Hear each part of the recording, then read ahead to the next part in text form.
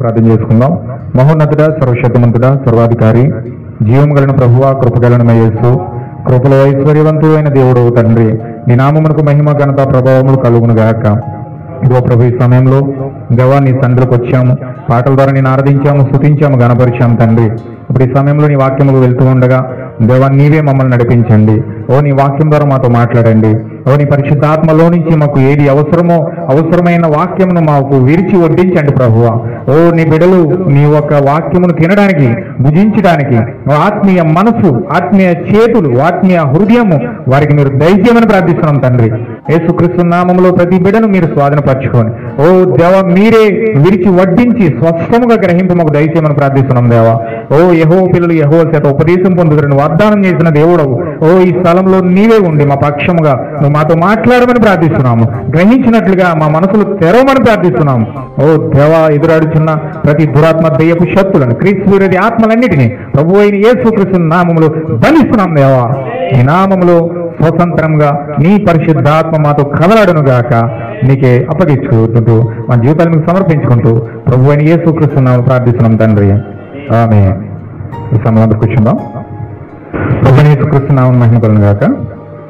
కూడి వచ్చిన సహోదరి సహోదరులందరికీ కూడా ప్రభు అయిన యేసుక్రీస్తు నామమున మీ అందరికీ వందనాలు తెలియజేస్తా ఉన్నానండి. అందరికీ వందనాలు. God bless you all.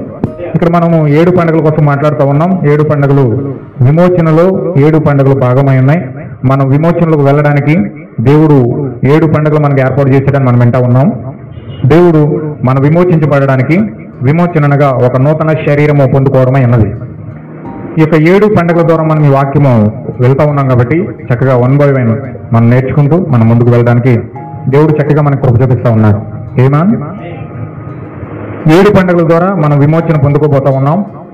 7 పండుగల్లో ఎవరైతే పాల్గొంటారో పండగ తర్వాత పండగ చేసుకుంటూ ఆ పండగల్లో నుంచి ఎవరైతే ఆ చివరి పండుగ అయినా ఆ యొక్క పర్ణశాల పండుగ లేక గుడారాల పండుగలకు వెళ్తారో వారు ఎత్తబడతారు.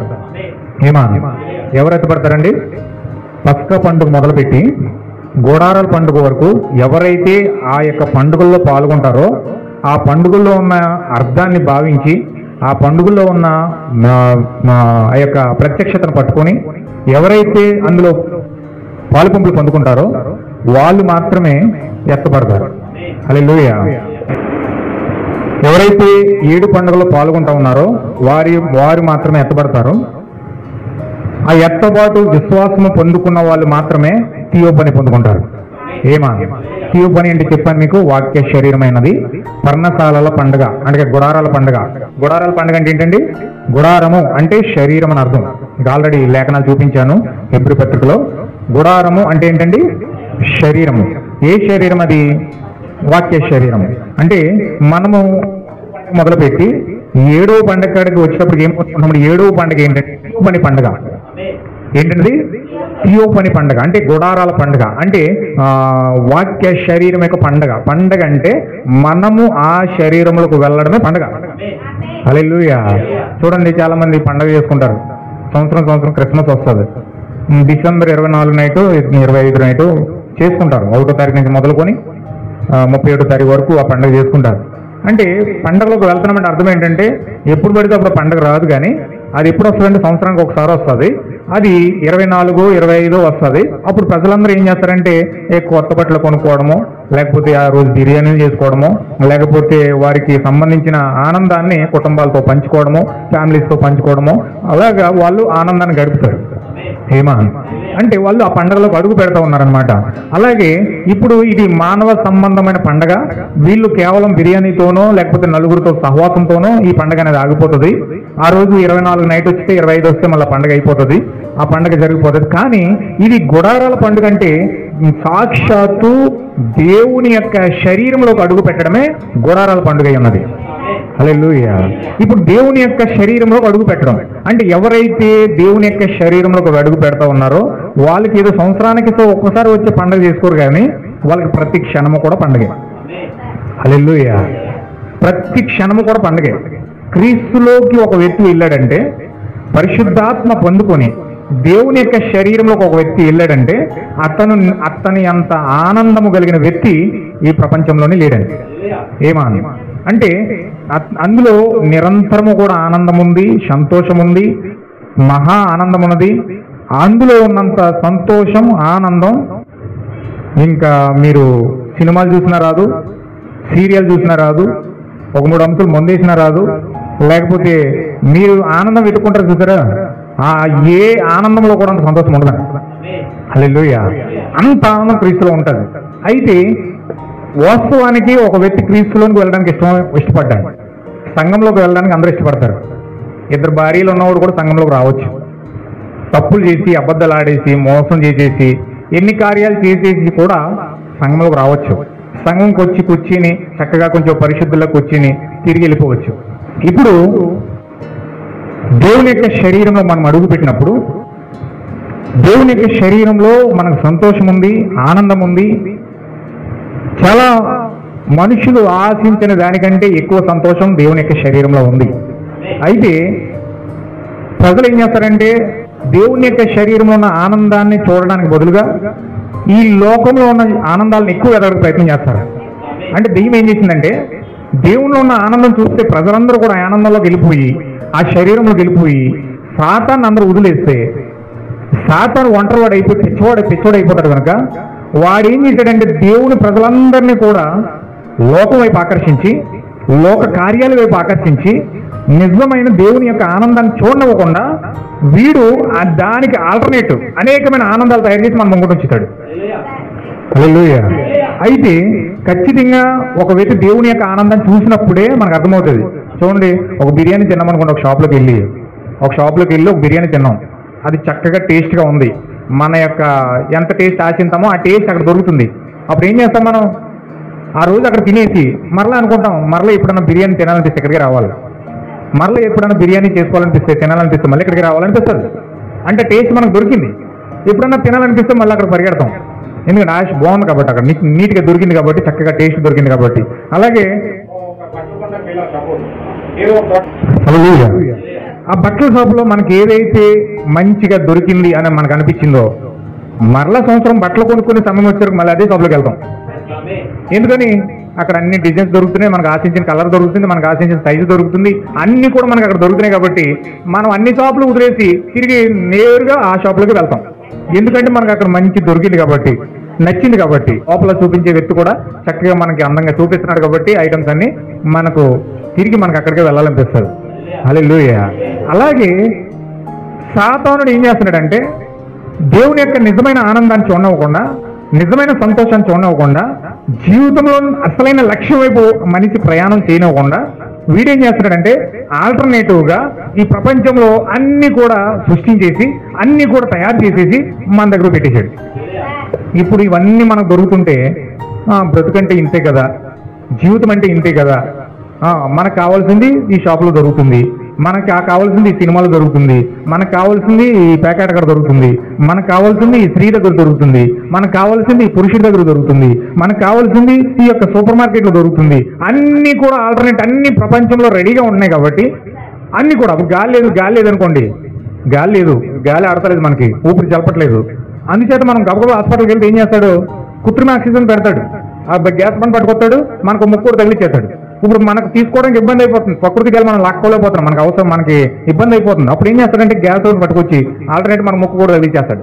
అప్పుడు మనం ఏం చేస్తామండి? ఆ యొక్క గ్యాస్ లోపలికి తీసుకుని ఆ గ్యాస్ ద్వారా గాలి తీసుకుని మనం బ్రతుకుతాం. అలాగే కృత్రిమంగా ఇప్పుడు కాలేయం పోయింది, కుళ్ళిపోయింది మొత్తం. అవసరమైతే డబ్బు మన చేతిలో ఉంటే హాస్పిటల్కి వెళ్ళి కాలేయం తీసి కాలేయం ఇంకొక కొత్త కాలేయం పెట్టేసే వాళ్ళు ఉన్నారు. బ్లడ్ పోయింది, బ్లడ్తో ఇంకొక మనిషిని తీసుకొచ్చి బ్లడ్ ఎక్కించేసే వాళ్ళు ఉన్నారు. తలకాయ తీసి తలకాయ పెట్టేసే వాళ్ళు ఉన్నారు, గుండెని తీసి గుండెసి పెట్టేసే వాళ్ళు ఉన్నారు. అంటే ఆల్టర్నేటివ్ సాధారణ ఏం చేస్తున్నాడంటే ప్రతిదీ కూడా, నీకు ఒకటి పోయిందా దేవుడి దగ్గరికి వెళ్ళకో, నీకు ఏదైనా జ్వరం వచ్చిందా దేవుడి దగ్గరికి వెళ్ళకో, ఇక్కడ మంచి డాక్టర్ ఉన్నాడు, నీకు సర్టిఫై చేస్తాను, ఆ డాక్టర్ దగ్గరికి ఇలా ఉంటే ఆ డాక్టర్ చక్కగా నీకు ట్రీట్మెంట్ చేస్తాడు, నీకు ఇంజక్షన్ చేస్తాడు, లేకపోతే పలానా హాస్పిటల్కి వెళ్తే మంచిగా జరుగుతుంది అని లోకంలో ఉన్న ప్రతిదీ కూడా చూపిస్తూ ఉన్నాడు. కానీ అసలైన జీవాన్ని తీసుకునడానికి, పొందుకోవడానికి వాడు ద్వారం తెరవడానికి మూసేసాడు ఆయన. ఏమాన్ హల్లెలూయా. అయితే కొన్ని విషయాలు ఇక్కడ మనం జాగ్రత్తగా గమనించాలి. అలాగే క్రిస్టియానిటీలో కూడా, అలాగే క్రైస్తవంలో కూడా నిజమైన దేవుడు మనం విమోచించబడడానికి, ఒక నూతన శరీరం పొందుకోవడానికి, పరలోక సంబంధమైన శరీరాన్ని పొందుకోవడానికి, దేవుని యొక్క శరీరంలో అడుగు పెట్టడానికి దేవుడు 7 పండుగలు ఇచ్చాడండి. హల్లెలూయా. ఎన్ని పండుగలు ఇచ్చాడు?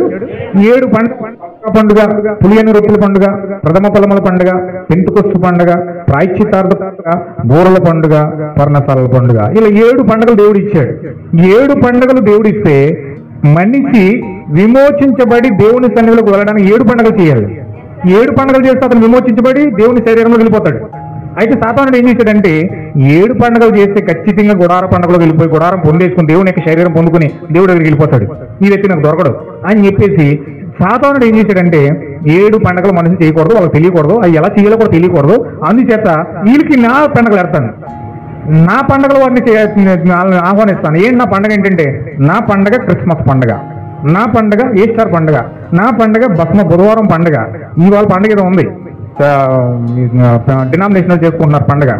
అది అలాగే ప్రతిదీ ఏదో ఒక పండగ కింద తయారు చేసి మనుషులకు చూపించి, మనుషులు ఏం చేస్తున్నారంటే ఈ మనుషులు తయారు చేసిన పండుగల పైన ఆధారపడేటట్టుగా సాతానుడు చేశాడు. దేవుని యొక్క నిజమైన పండుగలు వదిలేశారు. హల్లెలూయా. దేవుని యొక్క నిజమైన పండుగలు వదిలేశారు. పస్కా పండుగ వదిలేశారు, పులియని రొట్టెల పండుగ వదిలేశారు, ప్రథమ ఫలముల పండుగ వదిలేశారు, పెంతుకొస్తు పండుగ వదిలేశారు, ప్రాయశ్చిత్తార్థ పండుగ వదిలేశారు, బూరల పండుగ వదిలేశారు, పర్ణశాలల పండుగ వదిలేశారు. 7 పండుగలు వదిలేసి వీళ్ళు క్రిస్మస్ అంటున్నారు, ఈస్టర్ అంటున్నారు, భస్మ బుధవారం అంటున్నారు, రకరకాల పండుగలు చేసుకుంటున్నారు. రాను కొమ్మల ఆదివారం అంటున్నారు, మట్ల ఆదివారం అంటున్నారు, ఏమండి రకరకాల పండుగలు చేసుకుంటున్నారు. కానీ వాస్తవానికి ఆ పండుగలకైనా దేవునికి ఎటువంటి సంబంధం లేదు. ఆ పండుగలకైనా దేవునికి ఎటువంటి సంబంధం లేదండి. అవి సాతాను తయారు చేసిన పండుగలు కనుక, అది సాతాను ఇచ్చిన పండుగలు కనుక, ఆ సాతాను ఇచ్చిన పండుగలతో ఏకీభవిస్తే వీరు కూడా సాతానుతో ఏకీభవించినట్టే. హల్లెలూయా. వాస్తవానికి దేవుడు ఇచ్చిన పండుగలు 7 పండుగలు. అయితే 7 పండుగల ద్వారా మాత్రమే ఒక వ్యక్తి పరిపూర్ణమైన విమోచన పొందుకుంటాడు. హల్లెలూయా. విమోచన అంటే ఏంటండి? విమోచన అంటే ఏంటి? కోల్పోయిందని తిరిగి పొందుకోవడం. Thank you brother. కోల్పోయిన దాన్ని తిరిగి పొందుకోవడం అంటే మన స్వాస్థ్యం, మన శరీరాన్ని కోల్పోయాం కనుక మనకు చావు లేదండి, మనకు మరణం లేదు. దేవుని కుమారుడికి మరణం లేదండి, చనిపోడు. కానీ చావు ఎప్పుడొచ్చింది? చావు ఎప్పుడొచ్చిందని మనిషికి ఆజ్ఞను మీరినప్పుడు. అవి ఎప్పుడైతే దేవుడు ఇచ్చిన ఆజ్ఞను మీరిందో చావు వచ్చింది, మరణం వచ్చింది. అక్కడి నుంచి కూడా ప్రతి మనిషి కూడా చచ్చిపోతున్నాడు. చిన్న వయసులో చచ్చిపోవచ్చు, ఎదిగిన తర్వాత చచ్చిపోవచ్చు, ముసలోడు అయిపోయిన తర్వాత చచ్చిపోవచ్చు, నడి వయసులో చచ్చిపోవచ్చు. అంటే ఏ సమయంలోనైనా చావు కంబలిస్తుంది మనిషిని. ఎందుకంటే ఆ మరణానికి వ్యక్తి లోపడ్డాడు కనుక. బైబిల్లో ఉంటుంది ఓ మాట ఉంటుంది కీర్తన గ్రంథంలో, ఎన్నిసార్లు గద్దించినను మాట వినని వాడంట హఠాత్తుగా నాశనం అయిపోతాడండి. ఏమని ఉందండి? ఎన్నిసార్లు గద్దించినను మాటను వినవాడంటే హఠాత్తుగా నాశనం అయిపోతాడు. అంటే ఏంటంటే ఆ మాటకు అర్థం ఏంటంటే, ఇంకో మాట ఉంటుంది సామెత గ్రంథంలో, నాశనానికి ముందు గర్వం నడుస్తుందట. నాశనానికి ముందు గర్వం నడుస్తుందండి. అంటే ఈ గర్వం ఎప్పుడైతే వ్యక్తులకు వచ్చిందో, ఆ గర్వం అంటే అర్థం ఏంటంటే, ఆ గర్వం అంటే ఇతను త్వరగా నాశనం అయిపోవడానికి సూచన. మనిషి త్వరగా నాశనం అయిపోవడానికి, త్వరగా అతని శరీరంలో నుంచి ముగించి త్వరగా చచ్చిపోతాడు అనే ఒక సూచన ఏమిటంటే అతని జీవితంలో గర్వం వస్తుంది. గర్వం ఎప్పుడైతే వచ్చిందో ఇంకా అతను త్వరలో చచ్చిపోతాడని అర్థం. ఆ మితిమీరిన గర్వం ఏం చేస్తుంది? మరణానికి తీసుకెళ్ళిపోతుంది. సాతాను యొక్క పిల్లలు ఎప్పుడు కూడా మితిమీరిన గర్వంతో ఉంటారు. దేవునికి లోబడరండి, దేవుని వాక్యానికి లోబడరు, దేవుని సత్యానికి లోబడరు, దేవుని జీవానికి లోబడరు. వారి గర్విష్ఠులై వారి గర్వం వలన మరణానికి పాత్రులుగా మారిపోతారు. హల్లెలూయా. అయితే ఏదైనా తోటలో మరణము ఆజ్ఞను మీరినప్పుడు ప్రవేశించింది. ఇప్పుడు వరకు స్టిల్ మనిషిని అది ఏ వయసులో కంబలిస్తుందో మనకు తెలియదు. ప్రతి మనిషిని కూడా పట్టుకుంటూ తీసుకెళ్ళిపోతుంది. హల్లెలూయా. అయితే యేసుక్రీస్తుని కూడా అలాగే కంబలించేసి చంపేసి తీసుకెళ్ళిపోదాం అనుకున్నది. యేసుక్రీస్తుని కూడా చంపేసి అందరినీ కలిపేస్తున్నాను కదా, ఏలియన్ కలిపేసాను తీసుకెళ్ళిపోయాను, హానోకుని చంపేసాను తీసుకెళ్ళిపోయాను, ఏలియన్ చంపేసాను తీసుకెళ్ళిపోయాను, అబ్రహాముని చంపేసాను తీసుకెళ్ళిపోయాను, యోబుని చంపేసాను తీసుకెళ్ళిపోయాను. ఎంత మంచిగా జీవించిన వాళ్ళు. దావీదుని చంపేసాను తీసుకెళ్ళిపోయాను, ఏసేపుని చంపేసాను తీసుకెళ్ళిపోయాను, మోసేని చంపేసాను తీసుకెళ్ళిపోయాను. అందరినీ చంపకుండా తీసుకెళ్ళిపోయి నా కబంధ హస్తాలు అందరినీ కూడా బందీగా చేసుకున్నాను. ఖచ్చితంగా యేసుక్రీస్తుని కూడా చంపేసి, ఇతను కూడా ఒక మనిషే కదా, ఇతను కూడా ఒక దేవుని కుమారుడు అని చెప్పుకుంటున్న ఒక ప్రవర్తగా వచ్చినాడు కదా, ఇతను కూడా చంపేసి నా యొక్క కబంధ హస్తాల్లో దాచేస్తాను అనుకున్నాడు. హల్లెలూయా. అయితే వాస్తవానికి అక్కడ ఏం జరిగిందంటే, యేసుక్రీస్తు అందరిలాగా పుట్టలేదు. ఆయన యేసుక్రీస్తు అందరి వలె పుట్టలేదు. ఏలియా పుట్టినట్టుగా యేసుక్రీస్తు పుట్టలేదు. అబ్రహాము పుట్టినట్లుగా యేసుక్రీస్తు పుట్టలేదు. దావీదు పుట్టినట్లుగా యేసుక్రీస్తు పుట్టలేదండి. ఎలా పుట్టాడు మరి? ఈ యొక్క దావీదు కానీ, అబ్రహాము కానీ, ఏలియా కానీ, మోసే కానీ వీళ్ళందరూ కూడా ఒక తల్లిదండ్రుల గర్భంలో నుంచి బయటకు వచ్చారు వాళ్ళు. హల్లెలూయా. ఆ తల్లిదండ్రుల యొక్క కలయిక ద్వారానే వారు ఒక లైంగికత్వం ద్వారానే భూమి మీదకి వచ్చిన వారు. కానీ యేసుక్రీస్తు అలా రాలేదండి. ఒక భార్యాభర్తల కలయిక వల్ల యేసుక్రీస్తు భూమి మీదకి రాలేదు. ఆయన ఎలా వచ్చాడంటే, యేసుక్రీస్తు మరియమ్మను ఎప్పుడైతే పరిశుద్ధాత్మ కమ్ముకున్నదో ఆ కమ్ముకున్న మరుక్షణమే ఆమె ప్రెగ్నెంట్ అయ్యి పరిశుద్ధాత్మ ద్వారా గర్భం ధరించి ఆమె డెలివరీ అయింది. ఏమా అంటే యేసుక్రీస్తు ఎలా పుట్టాడు? యాక్చువల్గా ఒక పురుషుడు పుట్టాలంటే, పాప అయినా బాబు అయినా పుట్టాలంటే ఖచ్చితంగా పురుషుడి యొక్క కణం ఉండాలి. పురుషుడి కణం లేకుండా బిడ్డ తయారవదు. ఖచ్చితంగా గుడ్డు, కోడిగుడ్డు ఉంటుంది చూసారా, ఆ కోడిగుడ్డు లాగే ఒక శరీరాన్ని మాత్రమే స్త్రీ ఆ యొక్క అండాన్ని ఉత్పత్తి చేసి శరీరాన్ని తయారు చేస్తుంది. కానీ అందులో కణము పురుషుడి మీద రావాలి. పురుషుడు లేకుండా స్త్రీ ప్రెగ్నెంట్ అవ్వడం అనేది ఈ ప్రకృతి యొక్క సిద్ధాంతంలోనే లేదు. అసలు ఈ ప్రకృతి ఒప్పుకోదు ఒక పురుషుడు లేకుండా స్త్రీ గర్భవతి అవ్వడం. కానీ చరిత్రలో మొట్టమొదటిగా మరియమ్మ ఒక పురుషుడు లేకుండా ఆమె పరిశుద్ధాత్మ జీవకణాన్ని పొందుకోవడం ద్వారా ఆమె ప్రెగ్నెంట్ అయ్యింది. హల్లెలూయా. అందుకే ఆమె ప్రెగ్నెంట్ అయ్యి, ఎప్పుడైతే ఆమె ప్రెగ్నెంట్ అయ్యిందో ఆమె ఎలాగయ్యిందంటే పరిశుద్ధాత్మ ద్వారా గర్భవతి అయింది. కాబట్టి పుట్టినవాడు ఎవరంటే పరిశుద్ధుడు పుట్టాడు. పాపం వల్ల పుట్టిన వ్యక్తి కాదు, ఇప్పుడు అతను పరిశుద్ధాత్మ ద్వారా పుట్టినవాడు కనుక అతను పరిశుద్ధుడు అయ్యాడు. హల్లెలూయా. ఇప్పుడు మరియ గర్భం నుంచి వస్తుంది పాపి కదండి, పాపి కాదు. లాస్ట్ వీక్ ఒక వచనం చదివినిపించాను మీకు. ఒక్కసారి మనం చదువుదాం. యోబు గ్రంథం 14వ అధ్యాయము.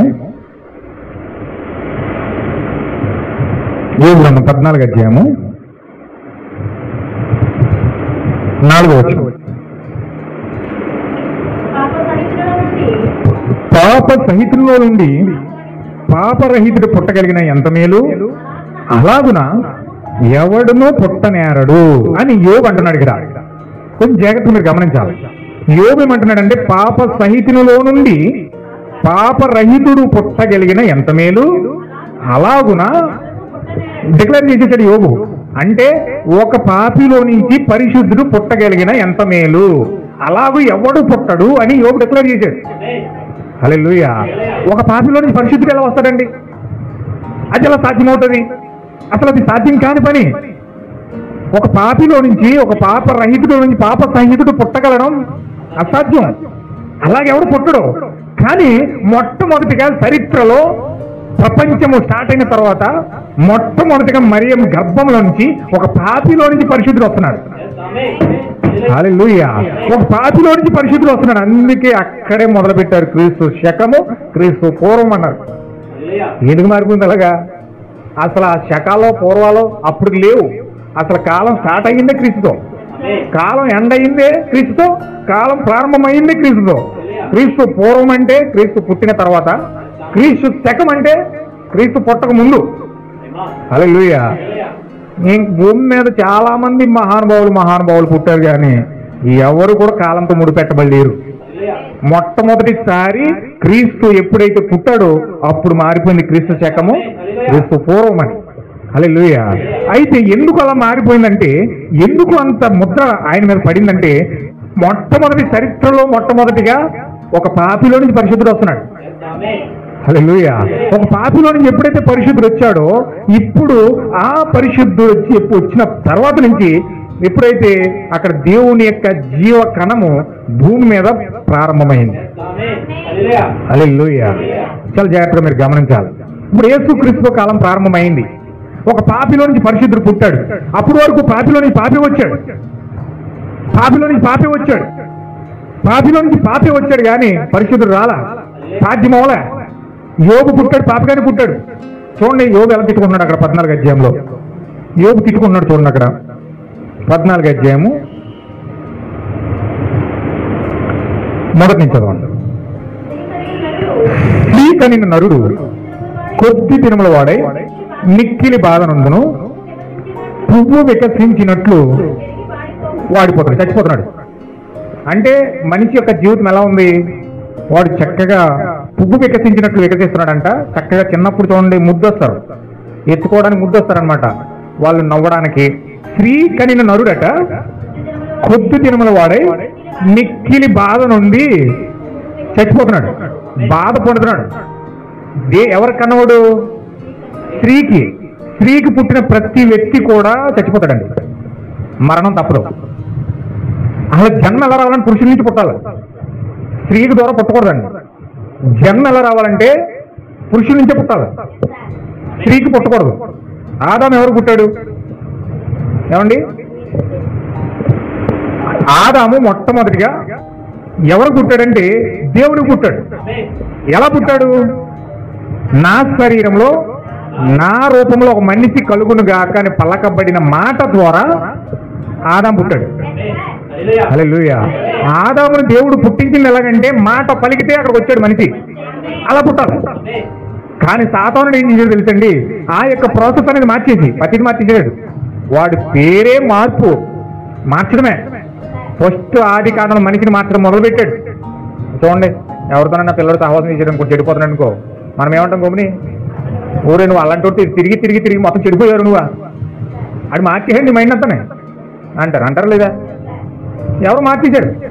అలాగే ఏదైనా తోటలో దేవుని కుమారుడు మార్చేసింది ఎవరంటే సాతాను. దేవుని కుమారుడు అద్భుతమైన కుమారుడు, చక్కగా నీ కుమారుడు, చాలా అందమైన కుమారుడు, ప్రపంచాన్ని అథారిటీ చేసి అధికారం ద్వారా ప్రపంచాన్ని స్వాధీనపరుచుకున్న కొడుకుని సాతాను ఏం చేశాడంటే మార్చేశాడు. ఎలా మార్చేశాడు? టైం వస్తే చచ్చిపోలే చేసేసాడు. ఇలాగా ఆయుసు అయిపోయిందంటే చచ్చిపోవడమే. ఏమన్నాడు యోగుడు అక్కడ? స్త్రీ కనిన నరుడంట కొద్ది దినములు వాడై మిక్కిలి బాధనందును పువ్వు వికసించినట్లు వాడు పెరిగి వాడిపోతాడట. వాడిపోవడం అంటే చచ్చిపోవడం. పువ్వు చూడండి చక్కగా ఉదయం పుట్టినప్పుడు కలకల్లాడిపోతారు. అందం స్త్రీలందరూ చక్కగా అందంగా కనపడేటప్పుడు తీసి తల్ల పెట్టుకుంటారు. వాడిపోయిన పువ్వులను పెట్టుకుంటారండి ఎవరైనా? ఎవరు పెట్టుకోరు. ఆ సాయంత్రమైనప్పుడు ఏమవుతుంది? వాడిపోతాయి. అలాగే మనిషి చిన్నప్పుడు ముద్దొస్తాడు, చక్కగా వాడు పళ్ళు చూసినా వాడు మాటలు చూసినా ముద్దుగా ఉంటాయి. చక్కగా తప్పడు అడుగులు వేస్తూ ఉంటాడు, ముద్దుగా మాట్లాడుంటాడు. వాడికి అసూయ ఉండదు, ద్వేషం ఉండదు, ఏమి తెలియదు, అమాయకంగా ఉంటారు వాళ్ళు. చాలా అమాయకమైన పిల్లలు అనమాట. వాళ్ళని చూస్తూ ఎత్తుకోవాలనిపిస్తుంది, ముద్దు పెట్టాలనిపిస్తుంది, కౌలించుకోవాలనిపిస్తుంది. వాళ్ళకి ఏం తెలియదండి, అమాయకంగా ఉంటారు. కానీ వాడు ఎదిగేటప్పుడు 10 సంవత్సరాలు వచ్చేవాడికి ఆటోమేటిక్గా వాడికి స్వార్థం ఎంటర్ అవుతుంది, అసూయ ఎంటర్ అవుతుంది, భేదం ఎంటర్ అవుతుంది, కోపం ఎంటర్ అవుతుంది. ఇవన్నీ సాతాను ఎట్టుకొచ్చి మెల్లమెల్లగా ఒకటి ప్రపంచం ద్వారా నేర్పించేటప్పటికి వీడికి ఏమవుతుంది? మెల్లమెల్లగా మనిషి చేంజ్ అయిపోతూ ఉంటాడు. హల్లెలూయా. ఏంటి చిన్నప్పుడేమో మట్టిని బాగా కౌగులించి ముద్దు పెట్టుకున్నవాడు ఎదిగిన తర్వాత చిచ్చి నేను చూడంటే ఆ టైం అయిపోతుంది రా బాబు అంట. ఎందుకని? ఎక్కడ చేంజ్ అయిపోయాడు వ్యక్తి. చిన్నప్పుడు అందరూ ఎత్తుకున్నారు, చక్కగా బొద్దుగా ఉన్నాడు, చక్కగా మంచిగా ఉన్నాడు, చక్కగా బాగున్నాడని చెప్పేసి అందరూ చేతులు లాగేసిన మరి ఎత్తేసుకుంటారు. అదే కొంచెం ఒక 15 సంవత్సరాల తర్వాత రానివ్వండి, ఎవరు ఎత్తుకోవడం ప్రయత్నించి కనీసం దగ్గర కూడా రారు. హల్లెలూయా. ఎందుకంటే అతనికి ఒక వివేచన వచ్చింది, అతనికి కొంత జ్ఞానం వచ్చింది, అతనికి కొంత తెలివి వచ్చింది. వాళ్ళు కొంత అబద్ధాలు ఆడడం నేర్చుకున్నారు, తెలివితేటలు నేర్చుకున్నారు, అసూయపడ్డం నేర్చుకున్నారు, బాధపడ్డం నేర్చుకున్నారు. కొంత మనసు వ్యక్తిత్వం అనేది ఉపయోగించడం మొదలుపెట్టారు వీళ్ళు. హల్లెలూయా. కొంత నడి వయసులోకి వస్తారు. నడి వయసులోకి వచ్చిన తర్వాత మళ్ళీ వాళ్ళకి పిల్లలు గుర్తొస్తాయి, ప్రేమించాలని తెలుస్తుంది, పిల్లలు కనాలని తెలుస్తుంది, పిల్లల్ని పెంచాలని తెలుస్తుంది, కుటుంబం కోసం పాటుపడాలని తెలుస్తుంది, కుటుంబం కోసం బాధపడాలని తెలుస్తుంది. హల్లెలూయా. అన్నీ తెలుస్తుంది. బాధలన్నీ తట్టుకున్నాడు. కొంత నడవైపోద్ది, ఇంటికి ముసలైపోతే ఇంక ఈ బాధలన్నీ భరించి నా జీవితానికి చాలు, నేను చచ్చిపోతానని చెప్పేసి అనుకుంటాడు. కాలం ముగించి చెప్పి. హల్లెలూయా. అంటే పురుషుడు అలాగే ఎదుగుతున్నాడు, నడి వయసులోకి వస్తున్నాడు, బాధ్యత అంతా బరువు బాధ్యతలను ఎత్తుకుంటున్నాడు. ఈ బరువు బాధ్యతలన్నీ ఎత్తుకోవడం వల్ల మనిషి రకరకాల కండిషన్లో రకరకాల జబ్బులని తెచ్చుకుంటున్నాడు, ఒత్తిడి అవుతున్నాడు, అన్ని అవుతున్నాడు. అన్ని జబ్బులు వచ్చి లాస్ట్కి ఏమవుతున్నాడు? వాడిపోతున్నాడు. అందుకోసమే యోబు ఏం మాట్లాడుతున్నాడంటే అక్కడ చూడండి ఒకసారి, మనం క్లియర్గా ఒకసారి చదువుదాం. స్త్రీ కనిన నరుడు మిక్కిలి బాధ అందును, పువ్వు వికసించినట్లు వాడు పెరిగి వాడిపోవును, నీడ కనబడకపోవునట్లు వాడు నిలవక పారిపోవును. అట్టి వాని మీద నీవు కనుదృష్టి ఉంచున్నావు, తీర్పు నొందుటకై నన్ను నీ ఎదుటకు రప్పించున్నావు. పాప సహితునిలో ఉండి పాపరహితుడు పుట్టగలిగిన మేలు ఎంత మేలు అంటున్నాడు. అంటే ఈ బాధలన్నీ భరించి కానీ దానికంటే ఈ తిప్పలు పడి శ్రమలు పడి ఏడ్చి కన్నీరు గార్చి రోధించి పుట్టి పెరిగి బాధలన్నీ భరించి చచ్చిపోయేదానికంటే అసలు పుట్టడమే పరిశుద్ధంగా పుడితే ఎంత మేలుగా ఉంటుంది. అసలు పుట్టికే పరిశుద్ధంగా ఉంటే ఎంత బాగుంటుంది. నేను అలా పుట్టలేదే, ఎవడు అలా పుట్టనేరడే, ఇది ఎలా సాధ్యం కాదే, ఇప్పుడు ఎలా పరిస్థితి. హల్లెలూయా. యోగు బాధ చూడండి, యోగు ఎలా బాధపడుతున్నా చూడండి. ఎవరైనా ఆలోచిస్తారండి అలాగా? యోగులాగా ఆలోచిస్తారా? ఎవరైనా ఎలా తెల్లారైతే ఏం ఆలోచిస్తారంటే ఏం తిందాం, ఏం తాగుదాం, పని ఎక్కడ, అదేం చేయాలి, ఇదేం చేయాలి, జేబులో డబ్బులు ఎలా వస్తాయి, జాబ్కి వెళ్ళాలి, పనికి వెళ్ళాలి, వాడి దగ్గరికి వెళ్ళాలి, వీడి దగ్గరికి వెళ్ళాలి, ఈ సినిమాకి వెళ్ళాలి, అక్కడికి వెళ్ళాలి, ఇక్కడికి వెళ్ళాలి, బోర్డు ప్లాన్లు ఉంటాయి మనకి. హల్లెలూయా. రకరకాల ప్లాన్లు అన్నీ అతను తెల్లారిపోయింది. పడుకున్నాను చెప్పి ఏ బాధ ఉండదండి. ఎందుకంటే డాక్టర్లు కొంతమంది టెన్షన్ బాగా ఎక్కువ టెన్షన్ పడిపోతున్నారు, కొంతమంది మొదటి టాబ్లెట్ ఇచ్చేస్తారు. మొదటి టాబ్లెట్ ఎందుకు ఇచ్చేస్తారు, నిద్రలోకి వెళ్తే కొంచెం ఆలోచన తగ్గి కొంచెం ఒత్తిడి తగ్గుతుంది అనే వ్యక్తికి. ఆ టెన్షన్కి ఏం భరించలేక తలపడి వచ్చి టీలు ఎగేస్తారు బతుకున్నాను చెప్పండి. ఈ డాక్టర్ కూడా ఏం చేస్తారు, తెలివైన వాళ్ళు వీళ్ళు కొంచెం ప్రశాంతంగా నిద్రతారు కానీ చెప్పని చెప్పి మొదటి టాబ్లెట్ ఆడేస్తారు.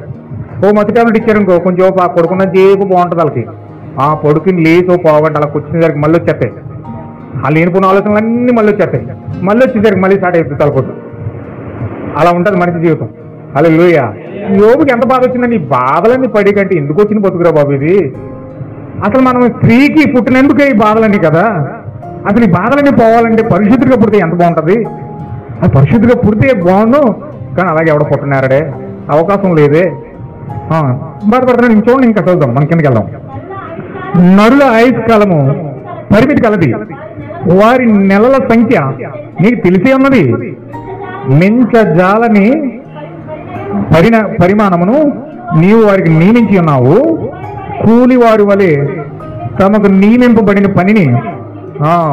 చూడండి యోగు ఎలా చెప్తున్నాడంటే మరణం ఎంత తేలిగ్గా ఉంటుందంటే అంటున్నాడు, ఒక వ్యక్తి పనిలోకి వెళ్ళి ఆ యజమాని దగ్గర పని అంతా చేసేసి సాయంత్రం 6 అయినప్పుడు 7 అయినప్పుడు పని అంతా ముగించి మళ్ళీ తిరిగి ఇంటికి వచ్చేస్తాడు. అంతేనండి, అంతేనా? పనికి వెళ్తాడు, పనికి వెళ్ళి ఆ యజమాని దగ్గర చెప్పిన పని అంతా చేసేస్తాడు. చెప్పిన పని అంతా చేసేసి ముగించేసి 6 అవగానో 7 అవగానో పని అంతా ముగించేసి డబ్బులు తీసుకుని వచ్చేస్తాడు ఇంటికి. అలాగే ఒక వ్యక్తి దేవుడి దగ్గర నుంచి అలా వస్తున్నాడంటే భూమి మీదకి, దేవుడి దగ్గర నుంచి అలా వచ్చి భూమి మీద పని చేసుకుని ఈ పని అంతా ముగించేసుకుని మళ్ళీ తిరిగి అలాగే వెళ్తున్నాడు, అలా వెళ్ళిపోతున్నాడు. ఒక వ్యక్తి కూలి పనికి వెళ్ళి ఎలాగైతే కూలి చేసి ఇంటికి వచ్చేస్తాడో, ప్రారంభంలో ఒక వ్యక్తి పుట్టినప్పుడు కూడా అలాగే భూమి పైన పుడుతున్నాడు, పని ముగించేసుకుంటున్నాడు, మళ్ళీ వెళ్ళిపోతున్నాడు దేవుడి దగ్గరికి. ఎంత బాగా వివరిస్తున్నాడు చూడండి ప్రవక్త. యోబు భక్తుడు చక్కగా చెప్పినాడు అనమాట. అంటే మనకు పనికి పోయినంత ఈజీగా మరణ జీవాలు ఉన్నాయన్నమాట. పుట్టుగా మరణము పనికి వెళ్ళినంత ఉన్నాయి. మన దగ్గరికి వెళ్ళి ఓనర్ ఎవరో ఓనర్ దగ్గరికి వెళ్తాం మనం. ఆ ఓనర్ దగ్గరికి వెళ్ళి పొద్దున్నకి వెళ్ళి 9 గంటలకు వెళ్ళి సాయంత్రం 6 గంటల కష్టపడి మళ్ళీ తిరిగి ఇంటికి వచ్చేస్తాం. ఇప్పుడు పరలోకపు యజమాని ఎవరంటే ప్రభువుని యేసుక్రీస్తు అయి ఉన్నాడు. ఇప్పుడు ఆయన దగ్గరికి వెళ్ళి మనం ఏం చేస్తున్నాం అంటే ఆయన భూమి మీద పంపిస్తున్నాడు. మనం ఇక్కడికి వచ్చి ఆ సాతాను యజమాని, భూమికి యజమాని ఎవరండి? సాతాను. ఈ సాతాను దగ్గర మొత్తం పని అంతా కంప్లీట్ చేసేసుకుని ముగించి వెళ్ళిపోతున్నాం అనమాట. అంటే వెళ్ళడం రావడం ఖచ్చితంగా ఉంది. అంటే చావుకు ముగింపు లేదు, మనిషికి ముగింపు లేదండి. మనిషికి ముగింపు లేదు కనుక పుట్టడము చావడము అనేవి దేవుని వశంలో ఉన్నాయి, మరణ జీవాలు దేవుని వశంలో ఉన్నాయని బైబిల్ చెప్తుంది. అయితే మనము పని ముగించుకుని ఎలాగైతే ఇంటికి వస్తున్నామో ఈ జీవితం అనే ప్రయాణాన్ని ముగించుకుని కూడా దేవుడి దగ్గరికి వెళ్ళిపోవాలి అలాగా. హల్లెలూయా. Okay, right. వారు విశ్రమము నందునట్లు వారి వైపు చూడక ఉండుము. వృక్షము నరకబడిన ఎడల అది తిరిగి చిగురించిననియు దానికి లేత కొమ్మలు వేయననియు నమ్మకము కలదు కదా. దాని వేరు భూమిలో పాతదైపోయినను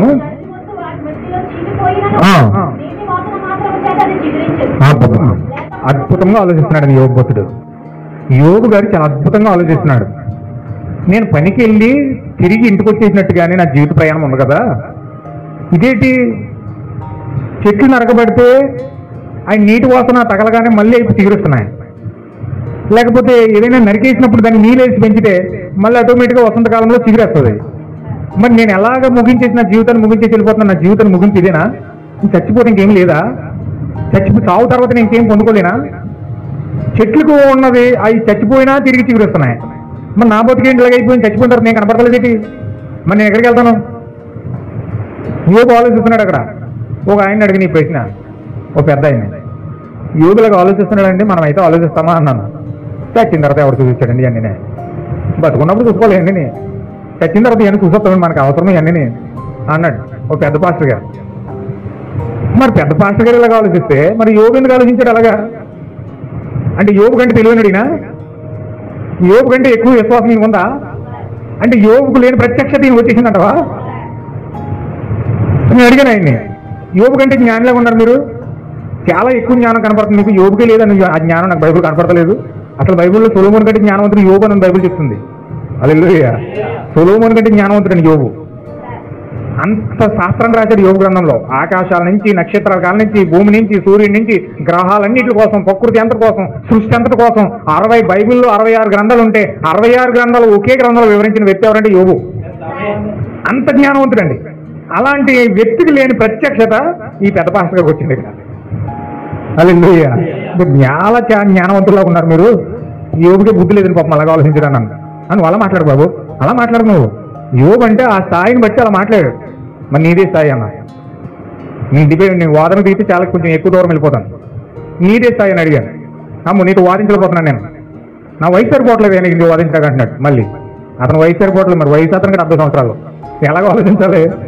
అతను ఆలోచించే విధానం ఎలా ఉండాలి? అతను ఆలోచించే విధానం బైబిల్ సరిపోవాలి. కానీ అతను అలాగ ఆలోచిస్తున్నాడంటే యోబు మాటను తృణీకరించి యోబుకు పని పాట లేదు, నాకే పోలు పని ఉందన్నట్టుగా చెప్తున్నాడు అతను. హల్లెలూయా. నిజమైన క్రైస్తవురాలు కూడా ఆలోచించవలసిన విషయం ఏంటంటే అసలు చచ్చిపోయిన తర్వాత మన బ్రతికేంటి? మనందరికీ తెలుసు, శరీరం ఒకటే మట్టిలోకి వెళ్తుంది. శరీరం ఒకటే కాలిసినా మట్టిలో పాతి పెట్టినా తిరిగి మట్టికి కలిసిపోతుంది. అది బూడిదైపోయిన మట్టిలోనే కలవాలి, కప్పెట్టిన మట్టిలోనే కలవాలి. లోపల ఒక ఆత్మ ఉందండి. ఈ ఆత్మకు మాత్రం మరణం లేదు. ఇది వెళ్తే పాతాళమైన వెళ్ళాలి, లేకపోతే పరదేశం వెళ్ళాలి. 2 స్థానాలను నిర్ణయించేది ఈ భూమి మీద మనం శరీరంలో ఉండగానే నిర్ణయించుకోవాలి. శరీరం దాటి నిర్ణయించుకోలేదు. శరీరం దాటి నిర్ణయించుకోవడానికి అవకాశం లేదండి. ఒక వ్యక్తి సిగరెట్ తాగుతూ చచ్చిపోయాడు. అతను సిగరెట్ అంటే చాలా ఇష్టం, రోజు 5-6 పెట్టెలు తాగేసేవాడు. 5-6 పెట్టెలు తాగేసి చివరికి క్యాన్సర్ వచ్చి చచ్చిపోయాడు. సిగరెట్ల ద్వారా ఏమవుతుందండి? క్యాన్సర్ వస్తుంది. ఎందుకంటే పొగాకు క్యాన్సర్కి మూలమైన సిగరెట్ పెట్టె మీద రాసేస్తాడు. సిగరెట్ పెట్టె మీద ఉంటుంది పొగాకు క్యాన్సర్కి మూలమని. నేను సినిమాకి వెళ్ళివ్వండి వర్తమానం తెలియకముందు, ఆ సినిమాలు వచ్చి అడ్వర్టైజింగ్ చేస్తాడు.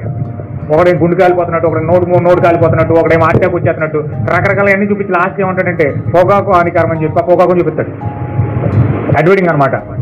అంటే ఈ పొగాకు ఈ కాల్చి క్యాన్సర్ చచ్చిపోయి ఆత్మ చచ్చిపోలేదు కదా, మరి ఈ శరీరం చచ్చిపోయింది, పాతాళానికి వెళ్ళిపోయాడు. ఆ యొక్క మట్టిలో కలిసిపోయింది శరీరం. వీడి ఆత్మ డైరెక్ట్ దూత ఉండే దగ్గరికి వెళ్ళిపోయిందంట. దూత ఉండే దగ్గరికి వెళ్ళి ఆ దూతను అడుగుతున్నాడంటే, నేను పరలోకం వెళ్ళాలి, నా పేరు గ్రంథంలో ఉందో చూడన్నాడు. నా పేరు గ్రంథంలో ఉందో చూడన్నాడు. దూతలు మొత్తం బైబిల్ అంతా నెతికేసినాయి, బైబిల్ అంతా తిరిగేసేసి మొత్తం అంతా నీ పేరు ఇంట్లో ఎక్కడ లేదన్నాడు. ఏం మాట్లాడుతున్నాను? నేను ప్రతి ఆదివారం చర్చికి వెళ్ళివ్వండి, ఆదివారం వస్తే 1000 రూపాయలు కానుక ఇవ్వండి, అందరికి భోజనాలు పెట్టివ్వండి, ఎన్నో అద్భుతమైన కార్యాలన్నీ చేశాను నేను, పాటల్లో నెంబర్ 1 చక్కగా పాడివ్వండి, దేవుళ్ళు అద్భుతంగా జీవించాను నేను, నా పేరు లేకపోవడం ఏంటి? చూడు సరిగ్గా. సారీ సార్, లేదండి, చూసాను, అంతా వెతికాను, నువ్వు నాకు అటెక్ తెప్పించేస్తాను, తలపోటు తెప్పించేస్తాను అని గోవాలో సిగరెట్ తీసుకుని నోట్లో ఎట్టుకుని అగ్గిపెట్టి అన్నాడు. ఎవరిని? దూతనే. ఎందుకంటే భూమి ఉన్నప్పుడు సిగరెట్ నోట్లు పెట్టినప్పుడు అలా పక్కన ఎవరో అడిగే అలవాటు, అగ్గిపెడుందా ఇయ్యి, అగ్గిపెడుందా ఇయ్యి, కాల్చేసి అలవాటు అడిగి. అలాగే ఈ అలవాటు మారదు, పరలోకం వెళ్ళిన తర్వాత అలవాట్లు మారవండి. ఇక్కడ ఏం చేస్తాడు అక్కడ అదే చేస్తాడు. చాలా మీద ప్రవక్త అన్నాడు, ఏమన్నాడంటే నువ్వు చచ్చిన తర్వాత నీ ఆత్మ స్వభావం భూమి మీద ఏముందో అదే స్వభావం అక్కడ పాటించాడంట. అంటే ఆత్మ స్వభావం మారదు, శరీరం ఒకటి వేరే అయిందండి, ఆత్మ వేరేవలా. చచ్చిపోయిన తర్వాత ఏం మనుషులను దెయ్యాలుగా మారిపోరు, మనుషులను దెయ్యాలు అయిపోరు. చచ్చిపోయిన తర్వాత ఎలాగవుతారని నీ ఆత్మ వేరయ్యి అది ఎక్కడ దేవుడు ఎక్కడ పంపిస్తాడు అక్కడ పంపిస్తాడు అనమాట. ఇప్పుడు వెళ్ళి దేవతనే భూమి మీద అందరిని అడిగినట్లుగానే వెళ్ళి ఆ దేవతను కూడా అడిగాడు, నాకు సిగరెట్ అగ్గిపెట్టి అన్నాడంట. ఆ దూత అన్నదంట, అది గడుగుడు ఎర్రగా ఉంది, కాలుతుంది, అక్కడ ఉంది నొప్పు వెళ్ళిపోన్నదట. ఆడికి నొప్పి కావాలి, ఎందుకది అగ్నిగుండం. ఆడు పరుగు నిప్పు చూత అందరికి వెళ్ళి పడుకోడు అంటాడు. హల్లెలూయా.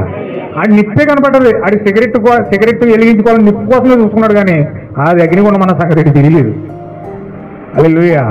పడ్డాక మళ్ళా కాలతో ఉంటే అప్పుడు అవి అందులో ఉన్న ఆత్మలన్నీ అని కేకలేస్తూ ఉంటే, అరుస్తూ ఉంటే, ఆవేదన పడతా ఉంటే అప్పుడు అర్థమైందనమాట, నేను భూమి మీద ఉన్నప్పుడు తప్పులు చేసి వచ్చాను ఇక్కడికి, పాపాలు చేసి వచ్చాను ఇక్కడికి, ఒక్కరోజు కూడా దేవుడి మీద దృష్టి పెట్టలేదు, ఒక్కరోజు కూడా బైబిల్ మీద దృష్టి పెట్టలేదు, ఒక్కరోజు కూడా పాస్టర్ గారు చెప్పింది వినలేదు నేను, అందుకే నా బ్రతుకు వచ్చి ఇక్కడ పడిందన్న సంగతి అక్కడ పడ్డాక అర్థమైందట. హల్లెలూయా. వీడన్నీ చేశాడు, ప్రార్థన చేశాడు, విశ్వాసం ఉంది, పాటలు పాడాడు, కానీ వాడి జబ్బు ఏంటంటే సిగరెట్ వదులుకుపోయాడు. ఆ సిగరెట్ వల్ల పాస్టర్ గారి మీదే చెప్పడానికి తిరిగాడు. సిగరెట్ మానేవయ్యే పరలోకం పోతావంటే, ఏ నా ఇష్టాన్ని నువ్వెందుకు కాదంటున్నావు, నువ్వెవడవే అని పాస్టర్ మీద తిరగబడ్డాడు. ఇప్పుడు అక్కడికి వెళ్ళిన తర్వాత పాస్టర్ మాటలు గుర్తొస్తున్నాయంట. పాస్టర్ గారు ఇలా చెప్పారు, సిగరెట్ మానేసి ఈ రోజు నేను ఆ నిప్పుని చూసి నేను అగ్నిగుండం దూకపోదును, ఈరోజు ఆ రోజు ఆ మాట వెనక లేకపోవడం కారణం చేత నేను వెళ్ళి ఆ నిప్పుని చూస్తే అగ్నిగుండం దూకేశాను అని చెప్పి బాధపడుతున్నాడంట. ఏం చేస్తావు, పాస్టర్ గారు అక్కడికి వచ్చి వాక్యం చెప్పినా అవకాశం లేదు. అంటే మనం ఏదైనా సరి చేసుకోవాలని అనిపిస్తే ఈ భూమి మీద ఉండగానే సరి చేసుకోవాలి, చచ్చిపోయిన తర్వాత సరి చేసుకోవడానికి ఏముండదు. ఇక ఈ భూమి మీద ఉండగానే నీ పాపం ఏదైతే ఉందో, నీ శాపం ఏదైతే ఉందో, నీ అబద్ధాలు ఏదైతే ఉన్నాయో, నీ మోసం ఏదైతే ఉన్నదో, నీ దగ ఏదైతే ఉన్నదో, నీ అసూయ ఏదైతే ఉన్నదో అన్నీ కూడా దేవుడి దగ్గర ఒప్పుకుంటే నీ బలహీనతలన్నీ నీలో విడిచిపెడతాయి. చాలా మంది బలహీనతలు పోవాలి, దెయ్యాలు పోవాలని ఒప్పుకుంటారు, కానీ అలా ఆశపడతారు, కానీ వాళ్ళ పాపాలు మాత్రం ఒప్పుకోరు. హల్లెలూయా. పాపాలు ఎప్పుడు దెయ్యాలు ఎప్పుడు విడిచిపెడతాయి ఏమండి? మీకు అర్థమైనట్టు చెప్తానే. జ్వరం వచ్చింది మీకు, ఆ జ్వరం మిమ్మల్ని విడిచిపెట్టాలని ఏం చేయాలి? టైఫాయిడ్ వచ్చేసింది సపోజ్గా, మీకు టైఫాయిడ్ వచ్చేసింది, అది విడిచిపెట్టాలని ఏం చేయాలి? మీకు యాంటీవైరస్ అని ఉంటుంది, యాంటీబయాటిక్, దానికి సంబంధించిన కెమికల్ ఆ డాక్టర్ ఇంజక్షన్ ద్వారా నీకు 5 రోజులు ట్రీట్మెంట్ చేస్తే అది ఆ లోపల ఉన్న ఆ టైఫాయిడ్ క్రిమి చచ్చిపోతుంది రక్తంలో. అవునండి, ఆ టైఫాయిడ్ క్రిమి రక్తంలో ఎప్పుడైతే 5 రోజులు ఇంజక్షన్ ద్వారా వెళ్ళిందో ఆ ఇంజక్షన్లో చచ్చిపోతుంది. అప్పుడు డాక్టర్ చెప్తాడు, నీకు టైఫాయిడ్ వచ్చింది కదా నాయన, ముదిరిపోయింది కదా, ఒక 4 రోజులైనా కనీసం పచ్చించే, ఇలా తినని ఒక పచ్చిమిస్తాడు ఒక 4 రోజులు. ఆ డాక్టర్ మాటలు లెక్క చేయకుండా ఆ ఇష్టం వచ్చినట్టు తిరిగేసి ఇష్టం వచ్చినట్టు తాగేసామనుకోండి, ఏమవుతుంది? ఆ టైఫాయిడ్ కాస్త ముదిరిపోయి మరణంలో తీసుకెళ్ళిపోతుంది అది. హల్లెలూయా. అలాగే ఖచ్చితంగా మనలో ఉన్న దెయ్యాలు పోవాలంటే ఆ దెయ్యాలకు ఉన్న యాంటీబయాటిక్ అనేది మన బాడీలో పంపించాలి. హల్లెలూయా. జబ్బు బయటకు పోవాలంటే మెడిసిన్ ఎలా వెళ్ళి పంపిస్తుందో, దెయ్యం బయటకు పోవాలంటే నీకు ఆ యొక్క వాక్యం లోపలికి వెళ్ళాలి. వాక్యం లోపలికి వెళ్ళినట్టు లోపల ఉన్న దెయ్యం వెళ్తుంది, వాక్యం లోపలికి వెళ్ళినట్టు లోపల ఉన్న దెయ్యం బయటకు వెళ్ళి అప్పుడు మనము ఆత్మీయంగా క్యూర్ అవుతాం. వాక్యం లోపలికి రావాలంటే మనం ఒప్పుకోవాలి. హల్లెలూయా.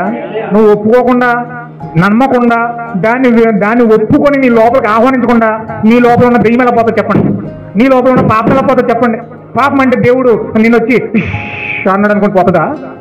ఆయన ఏమన్నా అలాగా ఏమంటారు, మిమిక్రీ చేస్తారు కదా, మిమిక్రీ కూడా కాదు అది, మ్యాజిక్. కరెక్ట్, మ్యాజిక్ అంటే ఇలాగా అంటారు కదా, ఉష్ అంటే పోయింది కాదు అది.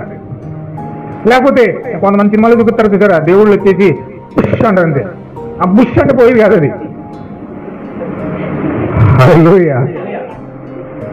ఒక దెయ్యము బయటికి పోవాలంటే లోపలికి ఒప్పుకోలతో కూడిన వాక్యం వెళ్ళాలి, అప్పుడు మనలో ఉన్న దెయ్యాలు పోతాయి.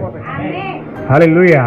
ఒక రోగం మనలో నుంచి బయటకు పోతుందంటే దానికి సరైన ట్రీట్మెంట్, సరైన మెడిసిన్ వెళ్తే రోగం బయటకు పోతుంది. అలాగే ఒక దెయ్యం బయటికి వెళ్ళాలంటే ఒక వాక్యం, ఒప్పుకోలతో కూడిన వాక్యం లోపలికి వెళ్ళినప్పుడు ఆ దెయ్యం బయటికి వెళ్తాడు. హల్లెలూయా. అయ్యో నన్ను దెయ్యాలెట్టేస్తున్నాయండి, శోధించేస్తున్నాయండి, బాధించేస్తున్నాయండి, చచ్చిపోతున్నాను అట్లతో అట్లు బాగా పడలేకపోతున్నాను అన్నావు అనుకో, ఎలా పడలేకపోతాం? మరి పడలేదు. మరి ఒప్పుకోలతో కూడిన వాక్యం లోనకి వెళ్ళని చెప్పి కూడా నిన్ను అవి బంధించి బాధించి బలహీనపరుస్తూనే ఉంటాయి. హల్లెలూయా. దేవుని నామమున మహిమ కలుగును గాక. చదవండి, ఇంకొంచెం మనం ముందుకెళ్దాం. లేత మొక్కల వలె కొమ్మలు వేయును, అయితే నరులు మరణమైపోయి కదలలేక పడియుందురు. నరులు ప్రాణము విడిచిన తర్వాత వారు ఏమైపోతారు? తటాకు జలములు ఎట్లు ఇంకిపోవునో, నది నీరు ఎట్లు ఎండిపోవునో, అరించిపోవునో, అలాగునే ఆ కాలంలో నీళ్లు పారినంటే చక్కగా సెలయేరు పారినట్టు అన్నగా కనపడుతుంది. ఒక్కసారి మేనలు వచ్చిందంటే మొత్తం ఎండిపోయి నెరలు తీసేసేది ఎంత చిరాగ్గా కనపడుతుందండి అది. ఎండాకాలం వచ్చిందంటే మేనలు వచ్చిందంటే చక్కగా అందంగా కనిపించిన చెరువు ఆ కాలువ ఒకేసారి ఎండిపోయి నెరలు తీసేసి అది భయంకరంగా వికృత రూపంగా కనపడుతుంది అది. హల్లెలూయా. చచ్చిపోయిన మనుషులు కూడా అలాగే బతుకున్నాను చేపు చిలక పొలక అటు ఇటు పరుగు తిరిగేస్తారు. చక్కగా ఉంటుంది, ఆనందంగా ఉంటుంది, గొంతులో ప్రాణం ఉందని చెప్పు. ఒక్కసారి చచ్చిపోయారు అనుకో ఆ బాడీ ఇలా కదిపిన కదలదు, మెదిపిన కదలదు. ఇప్పుడు చూడండి, బతుకున్నాను చేపు వాడు 60 కేజీలో 50 కేజీలో 70 కేజీలో ఉంటాడు. చచ్చిపోయిన తర్వాత దానికి 70 కేజీలు ఉన్నాడంటే చచ్చిపోయిన తర్వాత 70 140 కేజీలు అయిపోతాడు. చచ్చిపోయిన తర్వాత బరువు పెరిగిపోతాడు. అందుకే మనం బాక్స్ మోసేటప్పుడు బాక్స్ మొయ్యలేరు చాలామంది, 4 మోస్తారు. అప్పుడు ఒక మనిషిని మోసేసినాడు చచ్చిపోయిన తర్వాత 4 మొయ్యాలి. ఎందుకు మొయ్యాలి? అంత బరువు ఉంటుంది. చచ్చిపోయిన తర్వాత ఒక 70 కేజీలు అయినాడు 140 కేజీలు అయిపోతాడు. ఒకేసారి బరువు పెరిగిపోతాడు, వికారం అయిపోతాడు. ఆ వ్యక్తి మెదిపితే కదలడు, కదిపితే కదలడు. ఎంత భయంకరంగా జనాలు అక్కడికి వెళ్ళి చూడటానికి భయపడతారు, ఎదురొస్తే భయపడతారు. ఎలాగైపోయింది మరణం చూడండి ఒకసారి. అప్పుడు వరకు ఒక వ్యక్తి ఎదురొస్తే నువ్వు ఎదురుగా బాబు, నువ్వు వస్తే ఎదురొస్తే చాలా మంచిది అన్నవాడు చచ్చిపోవడం కూడా వ్యక్తి అలాగొచ్చినాడు, ఇలాగొస్తున్నాడు, ఇలా తిరిగి వెళ్ళిపోతాడు. ఏమన్నా ఏం పని ఉంది? ఎందుకని శవం వస్తుంటే వెనక్కి తిరిగి వెళ్ళిపోతాడు. ఎందుకని ఆడొచ్చి నా మీద ఎక్కడ వాళ్ళెత్తాడు, దెయ్యాలు భయం. ఎందుకని హల్లెలూయా. చచ్చిపోయిన తర్వాత ఒక భయకంపితమైన వాతావరణం తీసుకొచ్చేస్తున్నాడు. ఒక వ్యక్తి ఆ ఇంట్లో చచ్చిపోయిన చుట్టుపక్కల 4 ఇళ్ళ వాళ్ళు దగ్గర ఉన్న వాళ్ళు 2 రోజులకు జరిగిన నిద్రవారు. ఎందుకంటే జరిగిన నిద్ర పడదు. ఎందుకని భయం. చచ్చిపోయాడు ఎక్కడ దగ్గరకు వచ్చేస్తాడు, ఎక్కడ మా ఇంట్లోకి వచ్చేస్తాడు, లేకపోతే ఏమో ఉన్నాడో ఏంటో భయం. హల్లెలూయా. దేవుని మహిమ కొలను కాక. చూడండి, ఒక చచ్చిపోయిన మనిషి ఎంత భయకంపితమైన వాతావరణం తీసుకొస్తున్నాడు. బతుకున్నని చెప్పు ఆ వ్యక్తిని గౌరవించిన వాళ్ళు, ఆ వ్యక్తిని ప్రేమించిన వాళ్ళు, ఆ వ్యక్తి పక్షాన్ని నిలబడిన వాళ్ళు, ఆ వ్యక్తితో మాట్లాడే ఇష్టపడిన వాళ్ళు చచ్చిపోతే భయకంపితమైన వాతావరణం వెళ్ళిపోయి ఆ చుట్టుపక్కల ఎవరో కనపడ్డాడు. సాయంత్రం 6-7 డోర్లను మూసేసి ఉంటాయి. ఆ ఏరియాలో చచ్చిపోవడం అనుకోండి, ఆ వారం రోజులు మీరు గమనించండి, ఆ ఏరియాలో చుట్టుపక్కల గమనించండి. సాయంత్రం 6, 5:30, 6 అయినప్పటికీ ఒక్క డోరు ఓపెన్లో ఉండదు, అందరూ కోసేస్తారు. అంటే ఒక భయకంపితమైన వాతావరణం అక్కడ వచ్చేసింది. హల్లెలూయా. చావుకి మరణానికి జీవానికి ఎంత తేడా ఉందో చూడండి. ఆకాశం గతించిపోయే వరకు వారు మేలుకొనరు, ఎవరిని వారిని నిద్ర లేవజారరు. నీవు పాతాళంలో నన్ను దానిని దాచిన ఎడల ఎంత మేలు, నీ కోపము చల్లవర వరకు నన్ను చాటున ఉంచిన ఎంత మేలు. నాకింతకాలం నువ్వు నియమించిన తరువాత నన్ను జ్ఞాపకం చేసుకున్న వాళ్ళు నేను ఎంతో కోరుచున్నాను. ఆయన ప్రశ్న చూడండి ఏమన్నాడు ఇక్కడ. మరణం అయిపోయిన తర్వాత నరులు బతుకుతారా? ఈయన ప్రశ్నలన్నీ అలా ఉంటాయి. మరి యోగు ప్రశ్నలన్నీ అలా ఉంటాయి. అంటే ఈయన ప్రశ్న వేసాడంటే ఖచ్చితంగా అది అవుతుందని. ఇందాకేమన్నాడు? పాపసహితునిలో నుంచి పాపరహితుడు పుట్టగలని ఎంత మేలు అన్నాడు. జరిగిందా లేదు ఇక్కడ మరి ఏం దగ్గర? జరిగింది, ఖచ్చితంగా జరిగింది. పరిశుద్ధుల్లోని పాపిలోని పరిశుద్ధుడు రావడం అసాధ్యం, అది జరగనే జరగదన్నాడు. కానీ మరింత చేతి చూపించింది దాన్ని. ఏమైనా హల్లెలూయా. ఇక్కడే మనం మళ్ళీ ప్రశ్న వేస్తున్నాడు, మరణం అయిపోయిన తర్వాత నరులు బతుకుతారా అని. నేను ప్రశ్న వేసాడంటే ఖచ్చితంగా దానికి ఆన్సర్ ఉంది, ఖచ్చితంగా బతుకుతాడు. హల్లెలూయా. నీ చావు నీకు ముగింపు కాదు. ఏమండి, అనారోగ్యానికి ముగింపు ఉందా? ఇప్పుడు నీకు జ్వరం వచ్చిందండి, జ్వరం వచ్చిన తర్వాత జీవితాంతకాలం జ్వరంతోనే ఉంటావా? నీకు క్యాన్సర్ వచ్చిందండి, జీవితాంతకాలం క్యాన్సర్తోనే ఉంటావా? నీకు షుగర్ వచ్చిందండి, జీవితాంతకాలం షుగర్ ఉంటావా? నీకు థైరాయిడ్ వచ్చిందండి, జీవితాంతకాలం థైరాయిడ్తోనే ఉంటావా? హల్లెలూయా. నీకు చాలా రోగాలు ఉన్నాయి, చాలా రోగాలు ఉన్నాయి, జీవితాంతకాలం దాన్ని మోసుకుంటూ వెళ్తావా? లేదు, దానికి ఒక ముగింపు ఉంది. నీకు జ్వరం వస్తే దానికి తగిన ట్రీట్మెంట్ వెళ్తే దేవుడు దాన్ని స్వస్థపరిస్తే అది అక్కడ ముగింపు. హల్లెలూయా. నీకు జ్వరం వచ్చిందండి, నా కాలు ఇరిగిపోయింది, రాడ్ వేశారు, నేను జీవితాంతకాలం కుంటుకుంటాను నడిచాను. ఒక 1 నెల రోజులు 2 నెలలు 3 నెలలు రెస్ట్ తీసుకున్నాను, కాలు ఇబ్బంది అయింది, మళ్ళీ ఇప్పుడు నేను యథావిధిగా నడుస్తున్నాను. ఎందుకంటే దేవుడు నన్ను స్వస్థపరిచాడు, నేను నడవగలుగుతున్నాను, నేను పరిగెత్తగలుగుతున్నాను, దేవుడు నాకు హీల్ చేశాడు. హల్లెలూయా. నేను జీవితాంతకాలం దీన్ని ఈ విధంగా మెయింటైన్ చేయట్లే.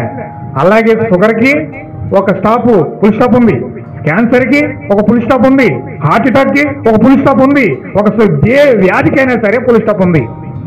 హల్లెలూయా. అలాగే మరణానికి కూడా ఫుల్ స్టాప్ ఉంది. మరణానికి కూడా ఫుల్ స్టాప్ పెట్టే విశ్వాసం దేవుడు మనకి ఇస్తున్నాడండి. హల్లెలూయా.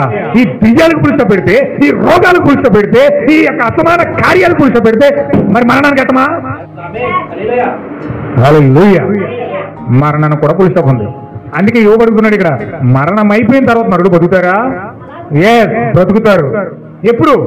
జీవవాక్యము నీలోకి వస్తే, జీవం నీలోకి వస్తే మరణాన్ని కూడా యేసుక్రీస్తు చెప్పాడంటే యోహాను సువార్త 6వ అధ్యాయంలో, కుమారుని విశ్వసించట ద్వారా ఒక వ్యక్తి మరణంలో నుంచి జీవంలో దాడేస్తాడట. హల్లెలూయా. ఎవరిని? గుండాటం కాదు, ఎవరిని? డబ్బుని కాదు, ఎవరిని? పేకాటను కాదు, ఎవరిని? జూదాన్ని కాదు, బియ్యాన్ని కాదు. నువ్వెవరు నమ్మాలి? యేసుక్రీస్తు యొక్క వాక్యము నమ్మడం అంటే ఏంటి? నేను బైబిలే నమ్ముతున్నానండి, వాక్యం నమ్ముతున్నానండి, అన్నీ ఇష్టమండి అని చెప్పడం కాదు. నమ్మడం అంటే ఏంటి? నీలోనికి వాక్యాన్ని తీసుకోవడం. మీకు అర్థమని చెప్తానండి. మంచి చికెన్ బిర్యానీ ఎదరెట్టుకుని ముంగట ఉంది, చికెన్ బిర్యానీ వండుకున్నారు మీరు, ముంగట పెట్టుకుని గిన్నెలో పెట్టుకుని మన కూర అంతా వేసుకుని లెగ్ పీస్లు వేసుకుని ఇక్కడ పెట్టుకుని కళ్ళు మూసుకుని అన్నమా లోపలికి వెళ్ళిపో, అన్నమా లోపలికి వెళ్ళిపో, అన్నమా లోపలికి వెళ్ళిపో అన్నావు అనుకో, వెళ్తుంది అది? ఏమండి, వెళ్తుందా? కొంగ చెప్పమంటుందండి, కొంగ అలాగే జపం చేస్తుంది. నువ్వు అలాగంటే వెళ్ళిపోతుంది. నువ్వు అది టేస్ట్ నీకు దొరకాలంటే, నువ్వు తినాలంటే దాన్ని నీ 5 ఏళ్ళు పని చేయాలి. నీ 5 ఏళ్ళు పని చేసి అందులో కలిపి చక్కగా అది పెట్టుకుని, అది ముద్ద కలిపి లోపల పెట్టుకుని దాన్ని నవ్వులి చక్కగా మింగితే అప్పుడు నీకు దాని టేస్ట్ దొరుకుతుంది. అది లోపల జీర్ణం అవుతుంది. ఆ జీర్ణమైన బ్లడ్ ఆ యొక్క లక్షణాలన్నీ కూడా బ్లడ్ లో కలుస్తాయి. చక్కగా నీకు బలం వస్తుంది, నీ ఆకలి తీరుతుంది. అంతేనండి. అలా కాకుండా ఎదరెట్టుకుని లోపలికి వెళ్ళిపో అన్నావు అనుకో, అది వెళ్తుంది. అలాగే బైబిల్ నమ్మేసి బైబిల్ అలా పట్టుకుని నేను దేవుని చర్చకి వెళ్ళిపోయాను, మాట్లాడేస్తున్నాను, ప్రార్థన చేసేస్తున్నాను, చర్చికి వెళ్ళి వచ్చేసాను, వాక్యం వినేసాను, వాక్యం చదివేస్తున్నాను, అన్నీ అయిపోయి అని చెప్పి నువ్వు ఇలాగే అటుకుని బైబిల్ అటుకుని తిరిగావు అనుకో, నీ బతుకు అలాగే ఉంటుంది. నువ్వు అలాగే ఉంటావు. ఏదో కాలంలో నీ జబ్బులు వస్తాయి, క్యాన్సర్ వస్తుందో, షుగర్ వస్తుందో, బీపీ వస్తుందో, లేకపోతే రకరకాల వ్యాధులన్నీ వస్తాయో, ఏదో నిన్ను పట్టుకుంటుంది. అది లాక్కొని తీసుకెళ్తుంది, జాగ్రత్తగా మరణం వైపు నడిపించేస్తుంది. హల్లెలూయా. బైబిలే నీ జీవితం నీదే. ఏమనంటే నేను చర్చికి వెళ్తానని ప్రార్థన చేస్తానండి, ఉత్తిదే. మరి చర్చికి వెళ్ళినప్పుడు టీవీ ఎందుకు చూస్తావు? చర్చికి వెళ్ళినప్పుడు అబద్ధాలు ఎందుకు ఆడతావు? చర్చికి వెళ్ళినప్పుడు మోసాలు ఎందుకు చేస్తావు? చర్చికి వెళ్ళినప్పుడు ప్యాకెట్ ఎందుకు ఆడతావు? చర్చికి వెళ్ళినప్పుడు బ్రాండ్ ఎందుకు తాగుతావు? నువ్వు చర్చికి వెళ్ళినప్పుడు ఈ కార్యాలు ఎందుకు చేస్తావు? చర్చికి వెళ్తున్నావు కదా, మరి ఎన్ని మానాలి కదా. నిజమైన సత్యం నువ్వు పట్టుకుంటే అప్పుడు నేను ఎన్ని మానిపించేది సత్యం మానిపిస్తుంది. నువ్వు బైబిలే పట్టుకున్నావు కానీ సత్యాన్ని పట్టుకోలే, నువ్వు వాక్యాన్ని పట్టుకున్నావు కానీ సత్యాన్ని పట్టుకోలే. అది నీ లోపలికి వెళ్ళలే. ఎప్పుడైతే వాక్యం లోపలికి వెళ్ళిందో అప్పుడే మార్పు తీసుకొస్తుంది. లోపలికి వెళ్ళకుండా ఈ పక్కన పెట్టుకుని మీదే పెట్టుకుని కొంతమంది ఏం చేస్తారు తెలుసా? దెయ్యాలన్నీ పోవాలంటే బైబిల్ ఇక్కడ నెక్స్ట్ దగ్గర ఎట్టుకుని హాయిగా పడుకుంటారు. ఇలా తలకండి తల కింద పెట్టుకున్నంత మాత్రం దెయ్యం రాకుండా ఉంటుందా? ఓ చర్చిలోకి వెళ్ళాను, దెయ్యం పట్టిందని తీసుకొచ్చారు నా చిన్నప్పుడు. దెయ్యం పట్టిందని తీసుకొస్తే బిందుడు కొబ్బరి నూనె నెత్తంటే వేసేసాడు. బిందుడు ఉందని కొబ్బరి నూనె పట్టుకొచ్చి నెట్ మీద వేసేసాడు. ఆయన కొబ్బరి నూనె అయిపోయినంత బాగానే కూర్చుంది, నలుగురు పెట్టుకున్నారు, ఆ కాలు ఈ కాలు పెట్టుకుని. అది ఎప్పుడంటే నూనె అంతా అయిపోయిన తర్వాత దెయ్యం వదిలేయండి అని చెప్పేసి ఆ పాస్టర్ గారు అన్నాడు. అలా అందరూ వదిలేసారు, అక్కడ కూర్చున్నారు. ఇక్కడ నవ్వు వస్తుంది నాకు చెప్పడానికి. ఇక్కడ పాస్టర్ గారు కూర్చున్నాడు, ఆ బిందు అక్కడ పెట్టారు, అందరూ సైలెంట్ గా కూర్చుండగా ఆ అమ్మి ఒకేసారి ఆ చుట్టుపక్కల 2-3 గంటలు లేరండి. అరే ఆ బిందుడు కొబ్బరి నూనె ఏమైపోయింది? బిందుడు కొబ్బరి నూనె వేసినంత మాత్రాన దెయ్యాలు ఆగిపోవు. బైబిల్ పక్కన పెట్టుకున్నంత మాత్రాన ఆగిపోవు. లేకపోతే చర్చికి వెళ్ళినంత మాత్రాన దెయ్యాలు ఆగిపోవు. హల్లెలూయా. అంటే ఖచ్చితంగా దెయ్యము లోపలికి వెళ్ళాలంటే నువ్వు అనుమతిస్తావు. నీ లోపలికి దెయ్యాలు రావాలంటే నువ్వు అనుమతిస్తావు. ఏమనుమతిస్తావు? సాతాను చెప్పిన పని నువ్వు చేసినప్పుడు దెయ్యం లోపలికి వస్తుంది. హల్లెలూయా. సాతాను ఇలా చెప్తుంది, నువ్వు అబద్ధం చెప్పు, నువ్వు పలానా పని చేయలేదని చెప్పు, నువ్వు చెయ్యకపోయినా చేశానని చెప్పు అని చెప్పి అంటది. అప్పుడు నువ్వు ఏం చెప్తావు? చేశానండి, ఆ పని నేను చేసేసానండి, అది వండర్ఫుల్గా ఉందని అని చెప్తావు. పుట్టితే ఎందుకు చేయలేదు నువ్వు. అప్పుడు నువ్వేం చేస్తుంది? నువ్వు చెప్పిన అబద్ధం వెనకాల దెయ్యం ఉంటుంది కాసి కూర్చొని. అబద్ధం ఆడితే ఆ వస్తుంది ఎన్నవాడికి నష్టం కాదు. నువ్వు ఎవరికో అబద్ధం చెప్పేసి బలి తప్పించేసుకున్నాను అంటావు. పుట్టుగా నువ్వు తప్పించుకోలేదు, విన్నవాడు బాగానే ఉన్నాడు. కానీ నువ్వు చెప్పిన అబద్ధం వల్ల అబద్ధం వెనకాల నువ్వు దెయ్యం కాచి కూర్చుని ఉంటుంది, అది నీ లోపలికి వస్తుంది. హల్లెలూయా. ఇంకో అబద్ధం చెప్పు, ఇంకో దెయ్యం వస్తుంది. ఇంకో అబద్ధం చెప్పు, ఇంకో దెయ్యం వస్తుంది. ఇంకో అబద్ధం చెప్పు, ఇంకో దెయ్యం వస్తుంది. అలాగ నువ్వు సంవత్సరం ఎదిగిపోదు ఏం చేసుకుంటావు? లోపల దెయ్యాలన్నీ మొరకట్టుకుంటున్నావు. మీకు కొంచెం చదువుకుంటే, కొంచెం జ్ఞానం తెలిస్తే నేను చెప్పే మాట మీకు అర్థమవుతుంది. కొంచెం మీరు చదువునాలు కాబట్టి చూడండి. పిల్లడు ఎదుగుతున్నాడంటే ఎందుకు ఎదుగుతాడు? ఏమండి, ఒక పిల్లడు అప్పుడే పుట్టాడండి, 6 నెలలు అయింది, సంవత్సరం అయింది, 2 సంవత్సరాలు, 3 సంవత్సరాలు అవుతుంది. ఏమవుతాడు? బాబు పెరుగుతాడు లేదా? ఎందుకు పెరుగుతాడు? ఏమండి, ఆ బాబు పెరుగుతున్నాడంటే ఆ బాబుకి కావాల్సిన విటమిన్స్ ఇవ్వాలి, పాలు ఇవ్వాలి. ఒక 6 నెలలు అవగానే అన్నం ముట్టిస్తారు, చక్కగా అప్పటి నుంచి చిరలక్కో లేకపోతే ఏదో పెడతా ఉంటారు. ఈ బలమైన ఆహారం అలా పెడతా ఉంటే బాబు అలా పెరుగుతూ ఉంటాడు. అవునండి, ఏమి పెట్టకుండా పుట్టినట్టుగా అలా ఉంచేది మనకు ఎదుగుతాడండి. ఒక 6 రోజులు, 7 రోజులు, 8 రోజులు, 10 రోజులు అయినా చచ్చిపోతాడు. ఏం పెట్టకుండా అలా ఉంచేది. హల్లెలూయా. అంటే ఏమవుతున్నాయంటే, నువ్వు పాలు ఇస్తే, మెడిసిన్ ఇస్తే, చిరలక్కిస్తే ఇవన్నీ ఏం చేస్తాయంటే లోపల అతను రక్త కణాలు పెంచుతాయి అనమాట. తెల్ల రక్త కణాలు, ఎర్ర రక్త కణాలు ఇవి ఉంటాయి లోపల. ఇవన్నీ ఏం చేస్తాయంటే అతనికి అవన్నీ కూడా పెరిగి బాలుడు పెరగడానికి అవన్నీ పుష్ చేసి చక్కగా బాలుడు పెరగడానికి అవకాశం ఇస్తారు. అంటే నువ్వు పెట్టిన ఫుడ్ ఏం చేస్తుందంటే లోపల రక్త కణాల సంఖ్య పెరుగుతుందన్నమాట. అంటే చిన్నప్పుడు ఒక 50,000 ఉన్నాయనుకోండి, పుట్టినప్పుడు ఒక 50,000 ఉన్నాయనుకోండి, నువ్వు పెట్టే పాలు, నువ్వు పెట్టే ఫుడ్ వల్ల అలా పెరిగి మనిషిలో ఎన్ని లక్షలు ఉండాలంటే మినిమం 4 లక్షలు ఉండాలి. ఒక ప్లేట్లెట్స్ అంటారు దాన్ని. ప్లేట్లెట్స్ అంటారు చూసారా? చాలా మంది డెంగ్యూ ఫీవర్ వస్తే ప్లేట్లెట్స్ పడుకుని అంటారు. ప్లేట్లెట్స్ అంటే ఏంటి? రక్త కణాలు అనమాట. ఈ రక్త కణాల సంఖ్య మనిషి బాడీలో 4 లక్షలు పై ఉండాలి. అబౌవ్ ఎన్నున్నా పర్లేదు, తక్కువ ఉండకూడదు. 4 లక్షలు తక్కువ ఉండకూడదు. తక్కువ ఉన్నదంటే అర్థం ఏంటంటే మన బ్లడ్ సంఖ్య పడిపోతుందని అర్థం. అప్పుడు ఏం చేస్తారంటే గౌగవ ఎవరో లాక్కొచ్చి ఆ యొక్క గ్రేడ్ కలిగిన వ్యక్తి యొక్క రక్తాన్ని ఎక్కిస్తూ ఉంటారనమాట. అంటే ఈ సంఖ్య రక్త కణాల సంఖ్య అనమాట.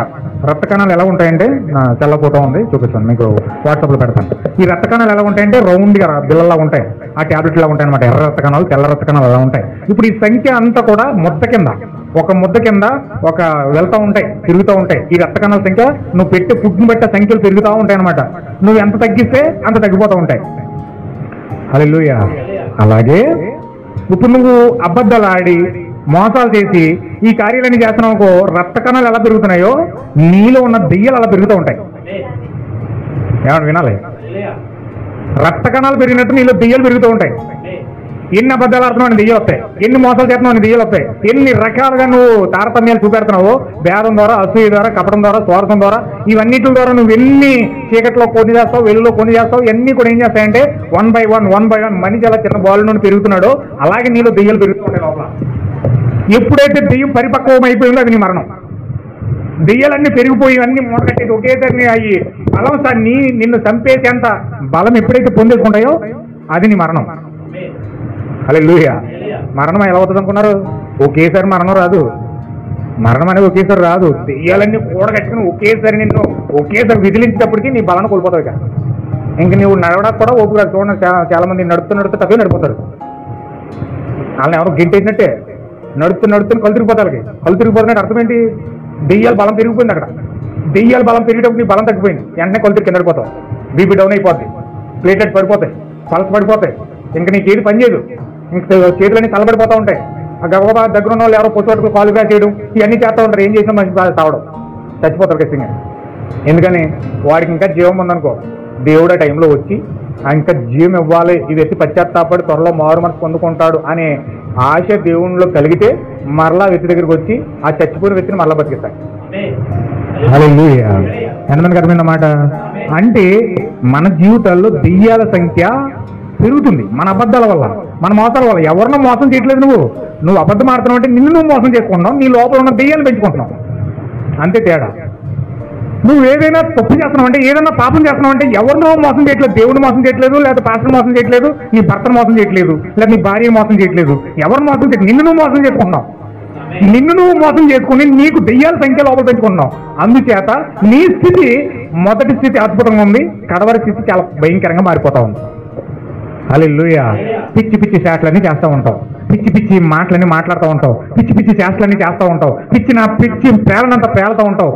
రకరకాలుగా చూడండి. చాలా మంది పాలకులో ఉంటాడు ఒక వ్యక్తి, పాలకులో ఉంటాడండి. అతను బట్టలు వేసుకోడు, కిందని బట్టలు ఉండవు, తల మాత్రం ఈడ్చుకుంటూ వెళ్తాడు. లేడీస్కి తల ఉన్నట్టుగా లేడీస్కి పెరగదు తల, రోడ్డు మీద ఈడ్చుకుంటూ వెళ్తాడని ఇంత బాగుంటుంది, పెద్ద జడ. అది ఎలా ఉంటుందని గోల్డ్ కలర్లోకి వచ్చేసి మట్టి పెట్టేసి ఇంత అట్లాగా అట్టగా ఉంటుంది అనమాట. దానికి స్నానం ఉండదు కదా, స్నానం చేయడం పెట్టి అట్టగా పట్టేసి దాన్ని ఎలా ఇంత పెద్ద బురదబొమ్మలు లాక్కెళ్ళినట్టు లాక్కెళ్తూ ఉంటాడు అనమాట. దాన్ని బట్టలు ఉండవు, స్వీట్ కొట్టుకొని వెళ్తాడు. ఒకవేళ స్వీటు అతను ఏం చేస్తాడు, గబాలని ఇతను వస్తున్నాడు పరిగెత్తుకొచ్చేసి ఆ స్వీట్ ఎదురెట్టుకొచ్చి ఎదురెట్టేస్తాడు. ఒకవేళ స్వీట్ ఎట్లేదంటే ఆ పక్కన కంకర్రోలు ఉంటే తీసుకెళ్ళి ఆ కొట్టినేసి కొట్టేస్తాడు. ఆ ఎదుకోకుండా వస్తే స్త్రీలు వస్తే అటు నుంచి అటు పారిపోతారు. ఎవరు వచ్చినా సరే అతను ఎదుకోవడం రావడం భయపడతారు. అతను ఎంఏ PhD చేసేసాడు. ఎక్కడన్నా కాయింత మొక్క కనబడితే తీసుకొచ్చి అతను ఇంగ్లీష్ రాస్తాడండి.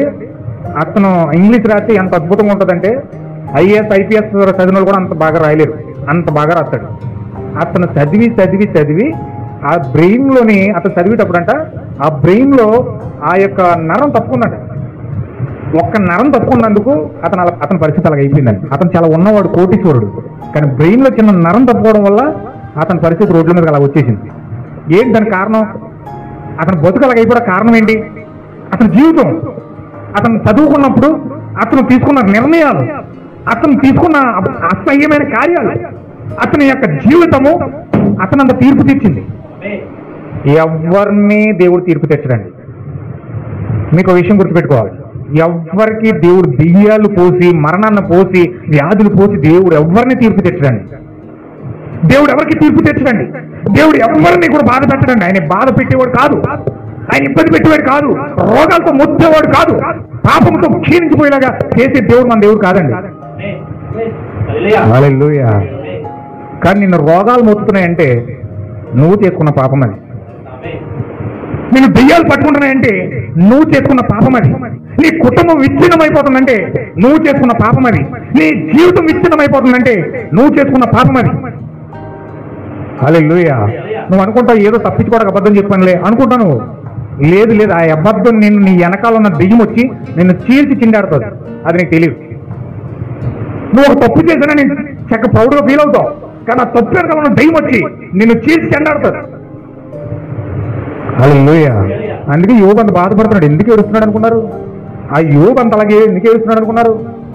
ఏమన్నాడు తెలుసండి? చదవండి. ఇంకా మనం కొద్దిగా ఎదరికి వెళ్ళి టైం ఎంత అయింది? ఓకే, ఇంకా నాకు పావు గంట ఉంది, నేను ముగిస్తాను. రైట్, చదవండి. అలా ఉంది నీ ఎడల కనిపెట్టి ఎందును అలాగుండి నీ ఎడల నీవు పిలిచేదవు, నేను నీకు ప్రత్యుత్తరం ఇచ్చేదను, నీ హస్తకృత్యముల ఎడల నీకు ఇష్టము కలుగును. అయితే ఇప్పుడు నీవు నా అడుగు జాడలు లెక్క పెట్టుచున్నావు. లెక్క పెడుతున్నాడు లేదండి? లెక్క పెడుతున్నాడు లేదా? నువ్వు అనుకుంటావు ఏమి తెలియదు, ఎవరికి తెలియదు చేసి అని, చాలా చక్కగా చేసేస్తున్నాను అనుకుంటావు. కానీ దేవుడు ప్రతి అడుగు లెక్కెడుతున్నాడు. నీకు తెలుసా నీ తల వెంట్రుకలన్నీ లెక్కించబడ్డాయని? అసలు దేవుని ఆజ్ఞ లేకుండా ఒక వెంట్రుక కూడా కిందకు రాలదట. నీ యొక్క వెంట్రుక రాలుతుందంటే దేవుడు ఆజ్ఞ తీసుకుని రాలుతుందంటది. నువ్వు అనుకుంటావు వెంట్రుకలు కింద రాలిపోతున్నాయి, అన్ని జుట్టు ఊడిపోతుంది, బట్టతాలు వచ్చేస్తుంది. నీకు బట్టతాలు వచ్చేస్తుంది అర్థం ఏంటంటే ఆ యొక్క తలలో నువ్వు చేస్తున్న మోసపు కృత్యమైన కార్యాల వలన నీ సవటకుండా అయిపోతుంది, ఇక్కడ తల ఊడిపోతుంది. హల్లెలూయా. చాలా ఉన్నాయి బైబిల్లో. నెత్తుకుంటూ దానికి ఇవన్నీ పాస్టర్లు చెప్పరు, చెప్తే తిరిగి పాఠం కూడా ఎత్తాడు. ఇవన్నీ చెప్తే పాఠం కూడా ఎత్తాడు. అందుకే డినామినేషన్ సంఘాలు ధైర్యం సరిపోయి ఈ మాటలని చెప్పడానికి. నన్ను పాప అంటావా, నా తల ఊడిపోతుందంటే నువ్వు నన్ను పాపం చేశానంటావా? ఎక్కడ దూరం చెప్పరా పాస్టర్ అని వస్తారు. అప్పుడు ఏం చేయాలి చెప్పండి, ఏం చేయాలండి? హల్లెలూయా. అందుకే పాస్టర్ ధైర్యం సరిపోదన్నమాట చెప్పరు. పరిశుద్ధాత్మ లేని పాస్టర్ ధైర్య సాహసం చెయ్యలేడు. వాడి వల్ల కాదు. ఎందుకంటే వాడికి డబ్బు కావాలి, వాడికి పదవి కావాలి, వాడికి ఆస్తి కావాలి, వాడికి అంతస్తు కావాలి. నేను పొగిడి దేవుడు నిన్ను దీవించిన కాకుండా ఎన్ని దీవులు అందిస్తాను నీకు. నువ్వు చేసే శాపాలు చెప్పమంటే మాత్రం అమ్మో నా వల్ల కాదు బాబోయ్. యేసుక్రీస్తు శాపాలని చెప్పినందుకు వాళ్ళు పెట్టుకుంటారండి. సిలువ ఎందుకు వేశారు? దేవుడు కదా, దేవుడు కుమారుడు భూమిపైకి వచ్చినాడు కదా, సిలువ ఎందుకు వేశారు? ఎందుకు చంపారు? ఆయన చెప్పింది వాళ్ళని ఆశీర్వదించలేదు, దీవించలేదు. వాళ్ళ తప్పులు చెప్పాడు. ఆ తప్పులు చెప్పేందుకు వచ్చింది కోపం వాళ్ళకి. హల్లెలూయా. అందుకే యేసుక్రీస్తు అన్న నిజమైన స్నేహితుడు అంట ఏం చేస్తాడు? నిజమైన స్నేహితుడు అంటే గాయాలు చేస్తాడట. నిజమైన స్నేహితుడు గాయాలు చేస్తాడంట. గాయం ఎందుకు చేస్తాడంటే ఏదన్నా దెబ్బ తగిలిందనుకుంటా శుభ్రంగా తుడిచేసి కడిగేసి దాని మీద బెటాడిన్ రాసి చక్కగా గాయాన్ని కడతాడంట. గాయం కట్టుకోడు ఆయన, గాయం పెట్టేది ఆయన. కానీ పగవాడు అంటే లెక్కలేని ముద్దులు పెట్టేస్తాడు. నువ్వంటే ఎంత ఇష్టమో, నువ్వంటే ఎంత ఇష్టమో, నువ్వంటే నా ప్రాణం, నువ్వంటే నా జీవం, నువ్వు లేకపోతే నేను బతకలేను అంటాడు. ఎదరా వెనక్కి గడ్డపరికం పొడి చేస్తాడంటే వెన్నుపోటు అంటారు దాన్ని. అర్థమైందా మీకు? ఎదరేం పొగుడుతాడు. అబ్బా ఓ ఆముండేది మా ఇంటికాడ, ఆవిడకు కారం కావాలంటే వచ్చి మా అమ్మతో మాట్లాడేది కూర్చొని. ఏమిదంటే నేను అక్కడ ఉండిపోండి వినివ్వండి అనమాట. ఏమని చెప్పిందంటే ఆవిడ కారం కావాలని డైరెక్ట్గా అడగకుండా వచ్చి ఆ కూరగాయని కూడా కనపడదు అన్నమాట. చెంగులు ఎక్కడ కట్టుకుని వస్తుంది. వచ్చి వాళ్ళ ఇంట్లో జరుగుతుంది, ఆ పక్క ఇంట్లో జరుగుతుంది, ఆ ఎదురింట్లో జరుగుతుంది, ఆ ఊర్లో జరుగుతుంది, అన్నీ కూడా కూర్చొని గంటసేపు మాట్లాడేది. ఈవిడ చెప్తుంది కదని పైన అంతా మాట్లాడేది. ఈవిడ కూర్చొని కూడా నేను మొత్తం తువ్వంతా అక్కడ పెట్టి ఈయన కొంచెం కారం ఉండి పెట్టవా అని నేను అనుకున్నాను. ఇంటికి చూడంతా చెప్పింది కారం కోసమా? డైరెక్ట్గా అడిగితే వెళ్ళిపోయేది కదా. కానీ డైరెక్ట్గా అడిగి ఇవి పెట్టదు. ఎందుకంటే కారం ఉన్నా సరే లేదంటది. ఈ ఊర్లో జరుగుతున్న కథలన్నీ, ఇంట్లో జరుగుతున్న కథలన్నీ, బయట కథలు జరుగుతున్నారని చెప్పాం. ఈ ముచ్చట్లో మర్చిపోతారు కదా. కారం అన్నప్పటికీ ఈవిడేం చెప్పి తెలుసండి, ఒక స్పూన్ అడిగింది అనుకో, ఉందలే మాకు కూడా 2 స్పూన్లు ఎట్టుకున్నాను, ఇంకో 2 స్పూన్లు ఎత్తు. అంటే అర్థం ఏంటంటే ఒక వ్యక్తి డైరెక్ట్గా అడిగితే చేయడు, కానీ పొగిడితే మాత్రం చాలా చేస్తాడు. మనిషికి పొగడత కావాలి. మనిషి పొగిడితే ఒక్కటి చేతి 4 చేస్తాడు. కానీ నిజమైన యథార్థవంతుడు పొగడ్డండి. అందుకే అతను ఎవరు ఇష్టపడరు. నిజమైన యథార్థంగా ప్రేమించేవాడు గాయాలు చేస్తాడు, నీ తప్పులు చెప్తాడు, నీ బలహీనలు చెప్తాడు, నీవు ఇలా చేస్తున్నావు, ఇలా చేయకూడదని చెప్తాడు, గద్దిస్తాడు. వాడంటే ఎంత కోపం వస్తుందంటే మామూలు కోపం రాదు. చాలా ఎగ్జాంపుల్స్ ఉన్నాయి బైబిల్లో. ఇవన్నీ కూడా చెప్తే టైం సరిపోదు. నేను దేవునికి చెప్తాను బట్టి ముందుకెళ్ళి చెప్తాను. హల్లెలూయా. చదవండి. నా అతిక్రమములు సంచిలో ముద్రించబడి ఉన్నవి. ఇప్పుడు మీరు చెప్పండి నాకు ఈ మాటను బట్టి యోబు ఏ విధంగా చెప్పినట్టు ఇవన్నీ చెప్పుకొచ్చాడు, స్టోరీ అంతా చెప్పుకొచ్చాడు, ఇవన్నీ చెప్పుకొచ్చి ఇప్పుడు ఏమంటున్నాడంటే ఇక్కడ నా అతిక్రమములు సంచిలో ముద్రించబడి ఉన్నవి, నేను చేసిన దోషములు. అంటే మరణానికి నడిపించేది ఏంటి?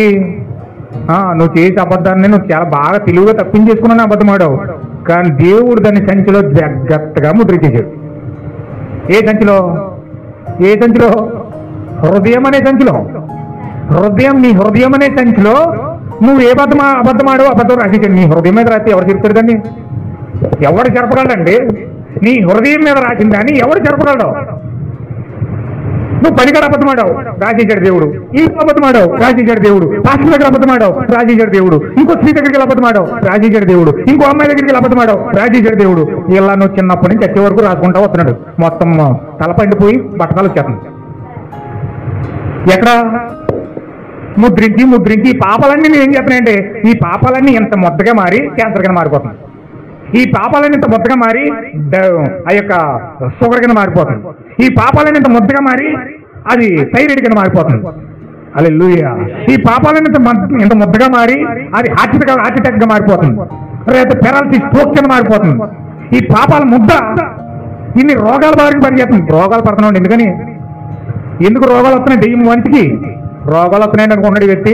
తినే ఫుడ్ వల్ల, లేకపోతే చేసే పనుల వల్ల, అవి వల్ల ఈ వల్ల వస్తున్నాయి అనుకుంటున్నాడు. కానీ ఈ పాపాల ముద్ద నేను అందులోకి నెడుతుందన్న సంగతి తెలియట్లేదు. హల్లెలూయా. ఇంకో మాట చెప్పినా మీకు, చాలా మంది కళ్ళజోళ్ళు ఎత్తుకుంటారు. కళ్ళజోళ్ళు ఎందుకు ఎత్తుకుంటారు? మీకు బైబిల్లోని చూపెడతాను, ఒక్కసారి చదవండి. చెప్పాలి నేను, చెప్తేనే మీకు అర్థమవుతుంది, లేకపోతే అర్థం కాదు. గర్వము ఎప్పుడైతే నడినెత్తికి వాక్యమును మీరి, వాక్యము పలుకుతున్నా, వాక్యము చెబుతున్నా, దాన్ని ఎప్పుడైతే మీరి మనము దాన్ని దాటుకుని ముందుకెళ్ళిపోవడం ప్రయత్నం చేస్తామో అప్పుడు అంటే కంటి చూపు తగ్గిపోతాడు. ఏంటండి అది? కంటి చూపు తగ్గిపోతాడు. గర్వం వలన కంటి చూపు తగ్గిపోతాడు.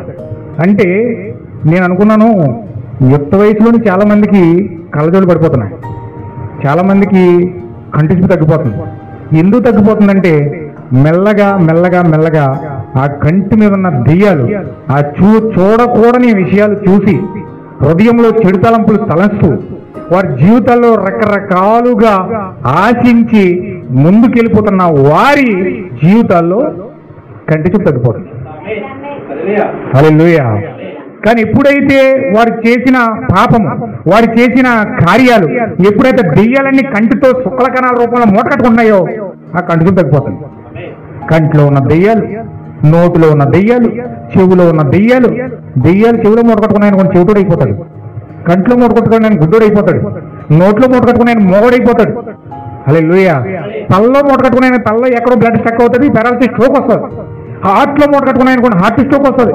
పొట్టలో మూట కట్టుకునే నొప్పి వస్తుంది. హల్లెలూయా. కాళ్ళలో మూట కట్టుకునే కాళ్ళు చేతులు లాగేసి పడిపోతాయి. అంటే దెయ్యము ఏ ప్రాంతంలో మూట కట్టుకుంటుందో ఈ దెయ్యాలన్నీ ఏకమై ఆ పాటు పనిచేయదు. హల్లెలూయా. పార్ట్లు పనిచేయట్లేదంటే కారణం అక్కడ ఆ ప్లేస్ లో దెయ్యాల స్థావరం ఉన్నది అని అర్థం. అంటే ఆ ప్లేస్ లో దెయ్యాల స్థావరం పెట్టేసినాయి. ఆ దెయ్యాలు ఎప్పుడైతే ఆ స్థావరాన్ని పెట్టినాయో ఆ పార్ట్ పనిచేయదు. నీ కొన్నైనా, మూతైనా, నోరైనా స్ట్రోక్ వచ్చినట్టు చూడండి, పెరాలసిస్ స్ట్రోక్ వచ్చినట్టు మూత ఇలా వంకరైపోద్ది, చేయి ఇలా తిరిగిపోద్ది, ఈ కాలు ఇలా తిరిగిపోతుంది, పక్షవాతం వచ్చేస్తుంది. ఎందుకు అలా తిరిగిపోతున్నాయి? గూడు కట్టేసి దెయ్యాలు లోపల. ఎందుకు? వెంటనే వచ్చేదని పుట్టిన పెరాలసిస్ వచ్చేస్తుందా? అతను ఎదగ్గా అతను చేసిన పాపభారం అంతా లోపల గూడు కట్టి ఒకేసారి ముప్పేట దాడి చేసిన లోపల దెయ్యాలని వెంటనే స్ట్రోక్ వచ్చేది, హార్ట్ స్ట్రోక్ వస్తుంది. లేకపోతే మనసులో పట్టేసినంటే మనసులో దెయ్యాలన్నీ పట్టేసి అనుకోండి, మనసుకి పిచ్చోడైపోతాడు. బ్రెయిన్ లో పట్టినాయి అంటే చెప్పి పాలకొల్లు ఎందుకు చెప్పాను చూసారా, అలా ఉంటుంది. అంటే రకరకాల రోగాలు, భూమి మీద లెక్క పట్టలేనన్ని రోగాలు ఉన్నాయి. 20 కోట్ల దెయ్యాలు ఉన్నాయి. బైబిల్లో ఉంది 20 కోట్ల దెయ్యాలు ఉన్నాయి. ఈ 20 కోట్ల దెయ్యాలు ఎప్పుడైతే నీలో ప్రవహించి ఎప్పుడైతే పరిపూర్ణ రూపకల్పకం చేసినాయో, ఈ దెయ్యాలన్నీ ఒకేసారి శరీరం ధరించినాయో, ముప్పేట దాడి చేసినాయో, అది నీ మరణం. హల్లెలూయా. అందుకే నా ప్రియమైన సహోదరులారా, ఖచ్చితంగా మనం దెయ్యాలకు అవకాశం ఇవ్వద్దండి. మనం ఎలా బ్రతుకుతున్నామో, దేనికోసం బ్రతుకుతున్నామో, ఎందుకోసం బ్రతుకుతున్నామో, అసలు మన జీవితానికి దేవుడు ఎలాంటి వాక్యం ఇచ్చాడో, ఆ వాక్యం బట్టి మనం ఎలా నడుచుకోవాలో, ఇవన్నీ కూడా మనం అర్థం చేసుకుంటూ ముందుకెళ్తేనే, మనం సరైన భక్తి చేస్తేనే ఆ భక్తిని దేవుడు స్వీకరిస్తాడు. ఏదో చర్చకులు వచ్చాము, 4 మాటలు విన్నాము, ప్రార్థన చేసుకున్నాము, కొనకేసాము, వెళ్ళిపోయాము, ఇంకా మన పని మందే అని మన పనిలో మనం నిమగ్నం అయిపోతే అందరూ చర్చలకు వెళ్తారు, అందరూ కార్యాలు చేస్తారు, కానీ అందరూ పరలోకం పోరు. హల్లెలూయా. అందరూ చర్చలకు వెళ్తారు, అందరూ బైబిల్ పట్టుకుంటారు, కానీ అందరూ కూడా యేసుక్రీస్తు యొక్క శరీరం కూడా వెళ్ళలేరు. ఎందుకు వెళ్ళలేరంటే ఈ కాలం యొక్క వర్తమానం చెప్తుంది. ఇందాక చదివాం మనం, ఇంకా చాలా విషయాలు ఉన్నాయి, టైం అయిపోయింది ఆల్రెడీ, అందుకే నేను ఇంకా ముగించాలనుకుంటున్నాను. ఇప్పుడు ఈ యొక్క 19వ అధ్యాయంలో మనం చదువాం. అక్కడ 19వ అధ్యాయంలో దేవుడు ప్రవక్తతో మాట్లాడుతున్నాడు, ప్రవక్త ప్రజలతో మాట్లాడుతున్నాడు. దేవుడు మోషేతో మాట్లాడుతున్నాడు, మోషే ప్రజలతో మాట్లాడుతున్నాడు. ఇక్కడ క్రమం అది. దేవుడు ప్రవక్తతో మాట్లాడతాడు, ప్రవక్త ప్రజలతో మాట్లాడతాడు. ఆ క్రమం ప్రకారంగా రావాలి. కానీ ఆ క్రమాన్ని ఎప్పుడైతే వీళ్ళు త్రొంగలో తొక్కేశారో, దేవుని వాక్యాన్ని త్రుంచివేసి, మోషే ఇచ్చిన ధర్మశాస్త్రాన్ని విడిచిపెట్టేసి, మోషే ఇచ్చిన ధర్మశాస్త్ర ప్రకారం వాళ్ళు బ్రతకకుండా, మోషే ఇచ్చిన చట్ట ప్రకారం వాళ్ళు జీవించకుండా, వాళ్ళు డైరెక్ట్ గా దేవుడితో ముఖాముఖిగా మాట్లాడదాం అనుకుని వాళ్ళు స్థిరపరచుకుని మోషేని సైడ్ వేశారు. మోషేని ఎప్పుడైతే సైడ్ వేశారో వారి జీవితాల్లో భరించలేని తీర్పులు, భరించలేని కార్యాలు వారి జీవితాలు పొందుకోవడం జరిగింది. హల్లెలూయా. అందుకే నా ప్రియమైన సహోదరుల, దేవుడి యొక్క క్రమాన్ని మనం తెలుసుకొని, దేవుడు ప్రవక్తను పంపించినప్పుడు ఆ ప్రవక్త వాక్యాన్ని మనం పొందుకొని, ఆ వాక్యాన్ని బట్టి మనం ఎప్పుడైతే మనం నడుచుకోవడానికి ప్రయత్నం చేస్తామో అప్పుడు దేవుడు మనం నడిపిస్తాడు. హల్లెలూయా. మన సహోదరుడు మాట్లాడుతున్నాడు, పాస్టర్ గారు ఆయనతో మాట్లాడుతున్నాడు, రత్న గారు. ఇప్పుడు ఆయన ప్రవక్త కోసం మాట్లాడుతున్నాడు. ఆయన ప్రవక్త కోసం మాట్లాడుతున్నాడు. ఎందుకంటే ఇప్పుడు దేవుడు మోషేతో మాట్లాడుతున్నాడు, మోషే ప్రజలతో మాట్లాడుతున్నాడు. క్రమం అది. ప్రజలందరూ మోషేతో మాట్లాడాలి, మోషే దేవుడితో మాట్లాడాలి. మోసే నువ్వు పక్కండు, నువ్వు దేవుడితో మాట్లాడుతాం డైరెక్ట్ గా అని చెప్పి మోషేని పక్కనెట్టేసి వీళ్ళెందుకే తీర్పులన్నీ వీళ్ళ మీద పడ్డాయి. హల్లెలూయా. అయితే మోషే చెప్పినట్టు వీళ్ళు చేస్తున్నారనుకోండి, మోషే చెప్పినట్టు వీళ్ళు నడుచుకున్నారనుకోండి, మోషే ఇచ్చిన ధర్మశాస్త్ర ప్రకారం వీళ్ళు జీవించారనుకోండి, వీళ్ళకి దేవుడి నుంచి వచ్చే తీర్పులు వచ్చేదేవా? రావు. ఎందుకంటే దేవుని చిత్త ప్రకారం వాళ్ళు నడవలేదు. దేవుని చిత్తాన్ని పక్కనెట్టేసి వీళ్ళ ఇష్టానుసారంగా నడుచుకోవాలని ప్రయత్నం చేశారు. అందుకే దేవుని తీర్పులు వచ్చి వాళ్ళని పడ్డాయి. దెయ్యాలని మూట కట్టుకున్నాయి, మరణం పాలైపోయారు. ఖచ్చితంగా ఈ యొక్క నిర్గమకాండం 20వ అధ్యాయంలో ఉన్న ప్రవక్త యొక్క క్రమం, దేవుడు ప్రవక్తతో మాట్లాడుతున్నాడు, ప్రవక్త ప్రజలతో మాట్లాడుతున్నాడు. నేను చెప్తున్నానని చెప్పి వీళ్ళు ప్రజలకు చెప్పి అంటున్నాడు మోషేతో. మోషే ప్రజలకు చెప్తున్నాడు. ఆ ప్రజలందరూ ఏదైనా సమస్య ఉంటే మోషే చెప్తున్నారు, మోషే వచ్చి దేవుడికి చెప్తున్నాడు. 19 అధ్యాయంలో చక్కగా క్రమం ఇచ్చాడు దేవుడు. ఆ క్రమాన్ని ప్రపంచమంతా పాటించమని చక్కగా దేవుడు వివరణ ఇస్తే, కానీ ఈరోజు ప్రపంచం ఏమైంది తెలుసండి? దేవుడు పంపిన ప్రవర్తన వద్దు మాకు, మేము డైరెక్ట్గా పరిశుద్ధాత్మతో డీల్ అవుతాం, డైరెక్ట్గా దేవుడితో డీల్ అవుతాం, డైరెక్ట్గా యెహోవాతో డీల్ అవుతాం, మా ప్రవర్తన అంటున్నారు. అందుకే తీర్పులు వచ్చేసి ప్రపంచం మీదకి వైరస్లు వస్తున్నాయి, తెగుళ్ళు వస్తున్నాయి, రకరకాల కార్యాలు అవుతున్నాయి, ప్రజలు పిచ్చోళ్ళు అయిపోతున్నారు, దేశదిమ్మర్లు అయిపోతున్నారు, తాగుబోతులు అయిపోతున్నారు, విభుచరులు అయిపోతున్నారు, భయంకరంగా పిచ్చోళ్ళ మారిపోతున్నారు. బట్టి బట్టే పిచ్చ పిచ్చే, బట్టి బట్టే సినిమా సినిమే, బట్టి బట్టే టీవీ టీవీ, బట్టి బట్టే నాటకాలు నాటకాలే అన్ని. హల్లెలూయా. చర్చి మామూలే, సీరియల్ మామూలే, చర్చి మామూలే, సినిమాలు మామూలే, చర్చి మామూలే, అన్ని కార్యాలు మామూలే. ఏమ్మా ఏంటమ్మా ఎలా బ్రతుకుతున్నావు? నీ ఆయన లేనప్పుడు ఏంటమ్మా నువ్వు చేసే పనులు ఏంటి? ఇలా చేయొచ్చు నువ్వు అని అడిగామనుకోండి, నాకు ఇష్టమండి, ఏమో తెలియదండి, నేను మార్చుకోలేకపోతున్నానండి, నేను దానికి బానిస అయిపోయానండి, విడిపించుకోలేకపోతున్నానండి. హల్లెలూయా. ఈ కాలంలో ఈ విషయం చెప్పి నేను ముగిస్తాను, కొంచెం జాగ్రత్తగా వినండి. ఈ కాలమే ప్రవక్త విలియం మ్యారియన్ బ్రన్హాం ఈ వ్యక్తి ఉన్నాడు. ఈయన అమెరికాలో ఒకరోజు కూటం ముగించుకొని కూటానికి వెళ్దామని రెడీ అవుతున్నాడు. అన్ని రెడీ అయిపోయి తలదూకుంటున్నాడు. తలదూకుండా ఒక స్త్రీ వచ్చింది. ఒక స్త్రీ వచ్చి గుమ్మం పక్కన నిలబడ్డాడు. గుమ్మం పక్కన నిలబడితే అద్దంలో కనపడుతుంది. అద్దంలో ఎప్పుడైతే ఆ స్త్రీని చూశాడో దేవుడు ఆ స్త్రీకి సంబంధించిన విషయాలు ఏంటో దర్శనం చూపించేశాడు. దేవుడు ఆమె గురించి మొత్తం ప్రవక్త తెలియజేశాడు. తెలియజేస్తే ఆ వ్యక్తి అన్నీ వెనక్కి తిరిగి, అమ్మ నీ పేరు ఇది, నువ్వు పలానా ఊరు నుంచి వచ్చావు, నువ్వు పలానా వ్యాధితో వచ్చావు, పలానా డాక్టర్ దగ్గరికి వెళ్ళావు, డాక్టర్ నేను 2 రోజులు చచ్చిపోతావని చెప్పాడు, అందుకే నువ్వు ఇక్కడికి వచ్చావు, ఇదంతా నిజమేనా అన్నాడు. వెంటనే మీ కళ్ళంటే నీళ్ళు పెట్టి ఏడ్చేస్తుంది. మీకెలా తెలిసిందండి నేను అదే విషయంతో వచ్చాను, నేను అసలు చచ్చిపోతానని చెప్తున్నా, డాక్టర్ 2 రోజుల్లో చచ్చిపోతానంట. ఎంత ఉందో తెలుసండి? ఈ డోర్ పట్టదామే, ఈ డోర్ పట్టదు, అంత లావు ఉంది. లావుగా వచ్చిందనమాట. ఆమెకి ఏంటంటే ప్రాబ్లం క్యాన్సర్ తన శరీరం అంతా ఉబ్బిపోయింది. ఆ ఉబ్బిపోవడం వల్ల క్యాన్సర్ శరీరంలోకి ఎక్కితే శరీరం అంతా ఉబ్బిపోతుంది, బోధకల్లోకి వచ్చేది. అది వాటర్ తీస్తారు, వాటర్ తీసినంత కాలం తీస్తారు. డాక్టర్లు ఇంకా మా వాళ్ళు కాదని, చచ్చిపోతావమ్మా, వాటర్ ఇంక తీయలే మా వాళ్ళు కాదంటారు. ఉబ్బిపోద్ది అనమాట. అది ఎలా ఉబ్బిపోయి ఇంత లావు అయిపోయింది అమ్మాయి. ఆయన దగ్గరకు వచ్చింది, నువ్వు చచ్చిపోతావని చెప్పారు కదా డాక్టర్ గారు అన్నారు. అవునండి, నాకు అదే ప్రాబ్లం, అందుకే మీ చేత ప్రార్థన చేయించుకుంటూ వచ్చాను నేను అని చెప్పింది.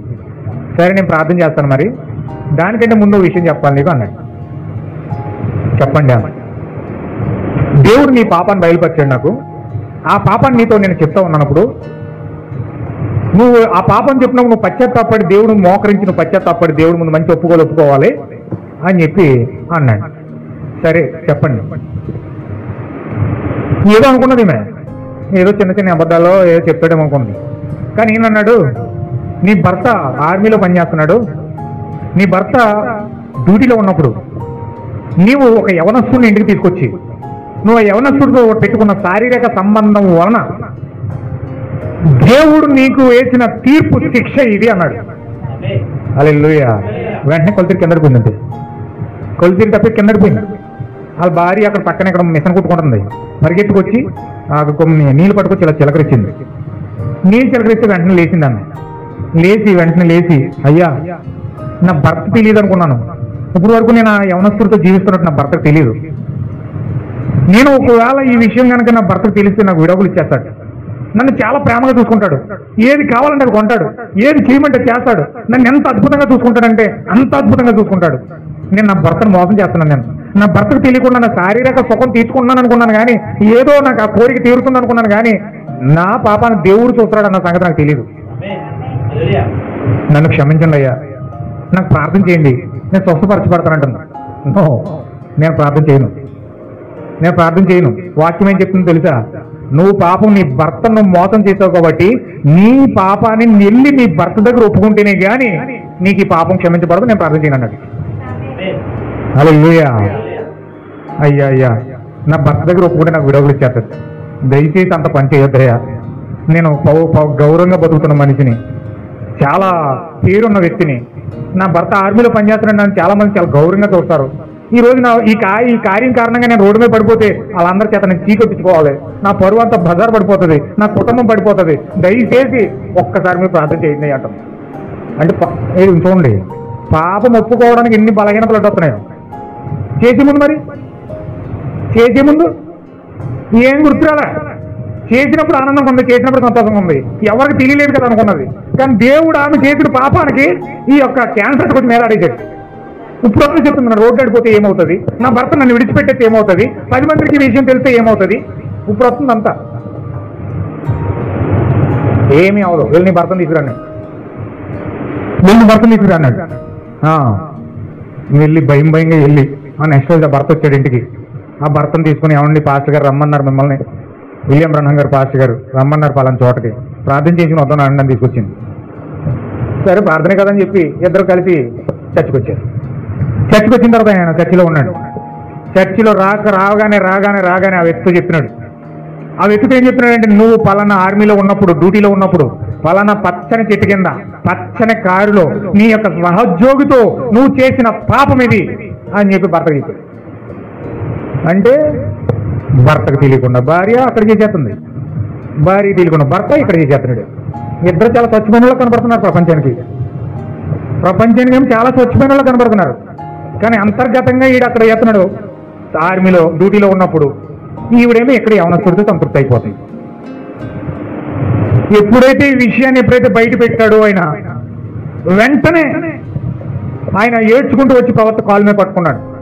ప్రార్థన చేయండి అయినా కోసం అని. నేను ప్రార్థన చేయండి, వెళ్ళండి మీరిద్దరు బలిపీఠం దగ్గరికి వెళ్ళండి, బలిపీఠం దగ్గరికి మోకరించండి. ఒకరు తెలియని ఒకరు ఎలా మోసం చేసుకున్నారో వెళ్ళి మీరిద్దరు ఎత్తుకుని మీరు ఒకరినొకరు ఒప్పుకోండి. దేవుడి సన్నిధిలో దేవుడు, నేను క్షమించడం కాదు, నేను చేయించడం మీ పాపాన్ని, నేను పెట్టలేదు మీకు జబ్బుని, దేవుడు పెట్టాడు. మిమ్మల్ని దేవుడు క్షమించాలంటే వెళ్ళి బలిపీఠం దగ్గరికి మోకరించండి, ఒకరినొకరు ఒప్పుకోండి, దేవుడు క్షమించే వరకు పశ్చాత్తాపడండి అని చెప్పి అన్నాడు. ఎప్పుడైతే అన్నాడు, ఇద్దరు మోకరించి బలిపీఠం పట్టుకుని ఏడవడం మొదలు పెట్టారు. ఒకరినొకరు హత్తుకుని, అయ్యా నువ్వు నన్ను చాలా ప్రేమించావు, నువ్వు నన్ను చాలా ఆశీర్వదించావు, నువ్వు చాలా చీరలు కొనమంటే కొన్నావు, అన్ని ఇచ్చావు, కానీ నీకు తెలియకుండా నేను అన్ఎక్స్పెక్టెడ్గా నేను పాపం పడిపోయాను, నన్ను క్షమించు అని భర్తనట్టుని ఈమె భార్యనట్టుని అతడు ఏడుస్తూ ఉండగా అప్పుడు కొంత సమయం అయిన తర్వాత ప్రవర్తన మధ్యలోకి వచ్చాడు. దేవుడు మిమ్మల్ని క్షమించాడు, ఇప్పుడు నేను ప్రార్థన చేస్తానన్నాడు. హల్లెలూయా. బలిపీఠం దగ్గరకు వచ్చి ఎప్పుడైతే ప్రార్థించుకుని వాళ్ళు ఎప్పుడైతే ఉన్నారో అప్పుడుకప్పుడే ఆమె యొక్క క్యాన్సర్, ఇక్కడ అంత అడ్డకట్టేసిన క్యాన్సర్ అంటే ఆమె చూస్తుండగా ఇలా ఊడొచ్చి ఇలా నైట్లో దొల్లుకుండా బయటికి వెళ్ళిపోయింది. హల్లెలూయా. ఇప్పుడు దాకా దెయ్యాలు ఆమెలో ఉన్నాయి. ప్రార్థన ఎప్పుడైతే చేశాడో ఊడ్చుకుంటూ దొల్లుకుంటూ వెళ్ళిపోయినాయి. వెంటనే ఇలా అయిపోయింది. ఎంత నైట్ ఆమె లోపల పడిపోతుంది ఆమె. అప్పుడు ప్రవర్త భార్య వెంటనే లోపలికి తీసుకెళ్లి ఆమెను ఆ నైట్ తీసుకుని ఆమె బట్టలు ఇచ్చి అది నైట్ కుట్టిన నైట్ వేసుకుని మళ్ళీ లోపలికి వచ్చింది. చక్కగా వాళ్ళు వందనాలు చేసుకుని ప్రార్థించుకుని వాళ్ళు చక్కగా సంతోషంగా ఎంత లాభొచ్చిన ఆవిడ ఇలా అయిపోయి నైట్ కుట్టుకుని ఇంటికి వెళ్ళి. హల్లెలూయా. ఎందుకండి ఆమె యొక్క పాపము దేవుని సన్నిధిలో బట్టబయలైంది. ఆ బట్టబయలైన పాపాన్ని భర్త దగ్గర ఒప్పుకుంది, ఆ బట్టబయలైన పాపాన్ని భార్య దగ్గర ఒప్పుకున్నాడు. ఎప్పుడైతే ఇద్దరు ఒకరినొకరు క్షమించుకొని దేవుని యొక్క పాదాలు పట్టుకుని గోజాడారు, దేవుడు క్షమించాడు.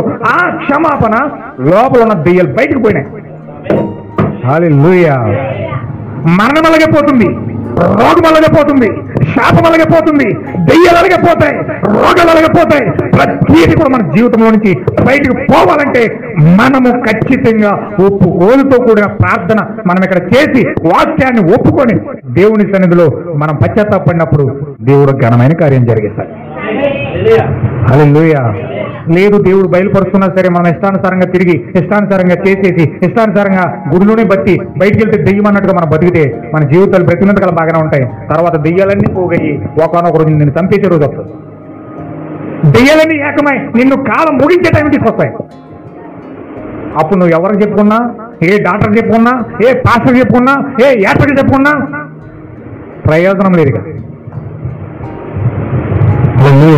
అంతే నా ప్రియమైన సహోదరులారా, కాలం ఉండగానే సమయం ఉండగానే మనం పశ్చాత్తాపడి దేవుని సన్నిధిలో మన లోపాలు, మన శాపాలు, మన పాపాలు అన్నీ ఒప్పుకొని చక్కగా విడిచిపెట్టి దేవుని సన్నిధిలో ప్రభువా నీ కోసం బ్రతుకుతాను, దెయ్యాలని మూట కట్టుకుంటున్నాను, నేను పాపమంతా మూట కట్టుకుంటున్నాను, అతిక్రమంలో నా సంచిలో ముద్రించబడుతున్నాయి, అది దోషాలన్నీ నేను భద్రంగా నా హృదయం అనే పలక మీద రాసేస్తున్నాను, నువ్వు నా అబద్ధం ఎక్కడికి పోవట్లేదు, నా శాపం ఎక్కడికి పోవట్లేదు, నా దెయ్యాలు ఎక్కడికి పోవట్లేదు, అన్ని నాలోనే మూట కట్టుకుంటున్నాయి, ఒకనొక రోజు అవన్నీ కలిసి నన్ను చంపే స్థితికి వస్తాయి కనుక నేను వాటిని అన్ని విడిచిపెట్టడానికి ఇష్టపడుతున్నాను.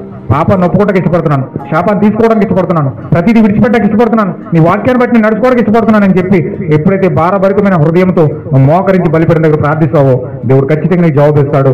దెయ్యాలను గెంటేస్తాడు, దెయ్యాలు తీసేస్తాడు, నువ్వు ఫ్రీ అవుతావు, నువ్వు దేవుడు నిన్ను ఒక ఆయుధంగా వాడుకుంటాడు. దేవుడు మమ్మల్ని దీవించును గాక. ఆమేన్. ప్రార్థించేద్దాం. మోకరించి ఒక్క 5 నిమిషాలు.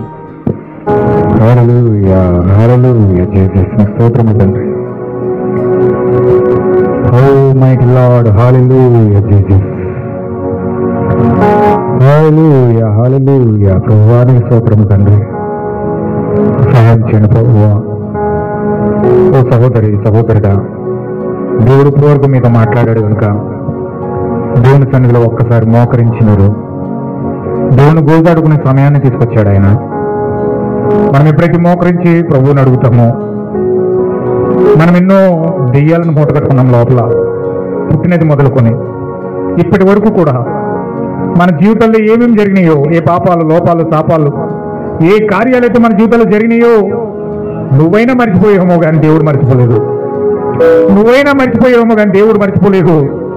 నువ్వు చేసినప్పుడే నీ హృదయం అనే పలక మీద రాచేస్తున్నాడు ఆయన. యోబు అదే బాధపడుతున్నాడు.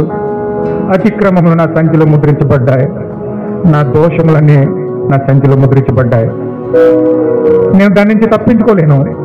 చచ్చిపోయిన మనిషి ఎందుకు బతుకుతాడు? ఈ అతిక్రమం అన్ని ముద్రించబడితే, ఈ దోషాలన్నీ చేత కప్పబడి ఉంటే చచ్చిపోయిన మనిషి ఎందుకు బ్రతుకుతాడు? పాప సహితులో నుంచి పాపరహితుడు పుట్టడం ఎంత మేలంటున్నాడు ఆయన. అలా జరగని నేరదు కదా. ఈ అతిక్రమములు నీలో ఉన్నంతసేపు, దోషముల చేత నువ్వు కప్పబడినంతసేపు నువ్వు ఏ విధంగా నీలో నుంచి పరిశుద్ధుడు పుడతాడు? ఏ విధంగా నీలో నుంచి పరిశుద్ధుడు పుడతాడు? ఏ విధంగా పరిశుద్ధుడు అవుతావు? ఏ విధంగా నువ్వు నీతిమంతుడు అవుతావు? నేను నీతిమంతుడు, నీ దేవుడు నాలో ఉన్నాడు, దేవుడు నాలో ఉన్నాడని గొప్పలు చెప్పుకుంటున్నావే. ఏ విధంగా నీతిమంతుడు అవుతావు? నువ్వు పాపం చేస్తూ నీతిమంతుడు అవ్వగలవా? దుర్మార్గంగా జీవిస్తూ, కుటిలంగా జీవిస్తూ, అబద్ధాలు ఆడుతూ దేవుడు నాలో ఉన్నాడని ఏ విధంగా నువ్వు అబద్ధాలు ఆడుతున్నావు? నువ్వు ఆడిన అబద్ధం నీలోనికి దెయ్యం వస్తా ఉంది. నువ్వు చేసిన మోసం దెయ్యం నీలోకి వస్తా ఉంది. నువ్వు చేసిన పాపం, అతిక్రమం, వ్యభిచారం, లోపం, అక్రమం, అసూయ, ద్వేషం, పగ, కుట్ర, వీటి వెనకాల ఉన్న దెయ్యాలు నీలోకి తీసుకొస్తున్నాయి. ప్రియమైన సహోదరి, సహోదరుడా, దెయ్యాల చేత నింపబడి ఏ విధంగా నువ్వు సంతోషంగా ఉండగలవు? నీ బ్రతుకంత దుఃఖమే కదా, నీ దుఃఖం, నీ బ్రతుకంత ఏడ్పే కదా, నీ బ్రతుకంత కన్నీరే కదా, నీ బ్రతుకంత అయోమయమే కదా. ఏ విధంగా నువ్వు సంతోషంగా ఉండగలవు? కొడుకుని బట్టి సంతోషపడతావా? కూతురుని బట్టి నువ్వు సంతోషపడతావా? ఆస్తిని బట్టి నువ్వు సంతోషపడతావా? ఐశ్వర్యాన్ని బట్టి నువ్వు సంతోషపడతావా? నీకున్న డబ్బు బలగం, బంధు బలగం బట్టి నువ్వు ఆనందిస్తావా? దేని బట్టి నువ్వు సంతోషించగలవు? దెయ్యాలతో నింపబడిపోయి సమాధానం లేకుండా కొట్టుమిట్లాడుతున్నా నువ్వు దేని చేత నీవు సమాధానంగా ఉండగలవు? సహోదరి, సహోదరుడా, ఏమి నిన్ను సమాధాన పరుస్తుంది? నీ రోగం తీసే మార్గం ఏది? నీ శాపం తీసే మార్గం ఏది? నీ బియ్యాన్ని వదలగొట్టే మార్గం ఏది? ఒకసారి ఆలోచించు. ప్రార్థిస్తావా? ఒకసారి 2 చేతుల పైకెత్తి ప్రభు సన్నిధిలో పశ్చాత్తాపడతావా? యోబు పశ్చాత్తాపడుతున్నాడు చక్కగా. నాలో ఇన్నున్నాయి, నేను పువ్వు వికసించినట్లు వికసిస్తున్నాను కానీ చచ్చిపోయే రోజు వస్తుంది. స్త్రీకనిన నరుడు కొద్ది దినముల వాడే మిక్కిలి బాధనందును పువ్వు వికసించినట్లు వికసించి వాడిపోతున్నాడు. నేను ఏదో ఒక రోజు అలాగే వాడిపోతాను ప్రభువా. నేను ఏదో ఒక రోజు ఆ విధంగా నా బతుకైపోతుంది ప్రభువా. నాలో పరిశుద్ధుడు ఏ విధంగా పుడతాడు? చచ్చిపోయిన మనిషి అసలు ఏ విధంగా బ్రతుకుతాడు? నాలో అతిక్రమములు ఉన్నాయి, నాలో దోషాలు ఉన్నాయి. ఏ విధంగా నేను బ్రతుకుతాను తిరిగి అని యోబు బాధపడుతున్నాడు. ప్రియమైన సహోదరుడా, సహోదరి, యోబు బాధపడినట్లుగా నువ్వు బాధపడినట్లయితే, యోబు ఆవేదన చెందినట్లుగా నువ్వు చెందినట్లయితే, యోబు పశ్చాత్తాపడినట్లుగా నువ్వు పశ్చాత్తాపడినట్లయితే, యోబు దేవుని ముందు ఒప్పుకున్నట్లుగా నువ్వు ఒప్పుకుంటే, యోబుకిచ్చిన ధైర్యం, యోబుకిచ్చిన విశ్వాసం, యోబుకిచ్చిన ప్రేమ, యోబుకిచ్చిన క్షమాపణ ఈరోజు నీకు ఇవ్వబోతున్నాడు దేవుడు. ప్రవక్త సన్నిధిలోనికి ఆ స్త్రీ వచ్చి పాపం ఒప్పుకున్నప్పుడు ఆమె అనుకున్నది, నా భర్తకు తెలియదు కదా, నేను చక్కగా నా జీవితాన్ని కొనసాగిస్తున్నాను కదా యవనస్తుడితో అనుకున్నది. కానీ ఆమెకు తీర్పులు వచ్చి దెయ్యాలు మూట కట్టుకుని ఒకనొక రోజు మరణం దిశలోనికి ఆమె వెళ్ళిపోతుంది అనుకోలేదు. ఆమె ఆ పరిస్థితుల్లోకి వెళ్ళిన తర్వాత ఆమె ఎంతో కుమిలి ఏడుస్తూ పశ్చాత్తాపడుతూ బలిపీఠం దగ్గర గోలు అంటూ ఏడుస్తూ ఉంది. ఆమె చాలా మంది చెప్తారు అనుభవించకుండా బాధ తెలియదని. ఆ మరణం యొక్క అనుభవం నీకు అనుభవం అవ్వకుండా నువ్వు పశ్చాత్తాపడలేవు సహోదరి, నువ్వు పశ్చాత్తాపడలేవు సహోదరుడా.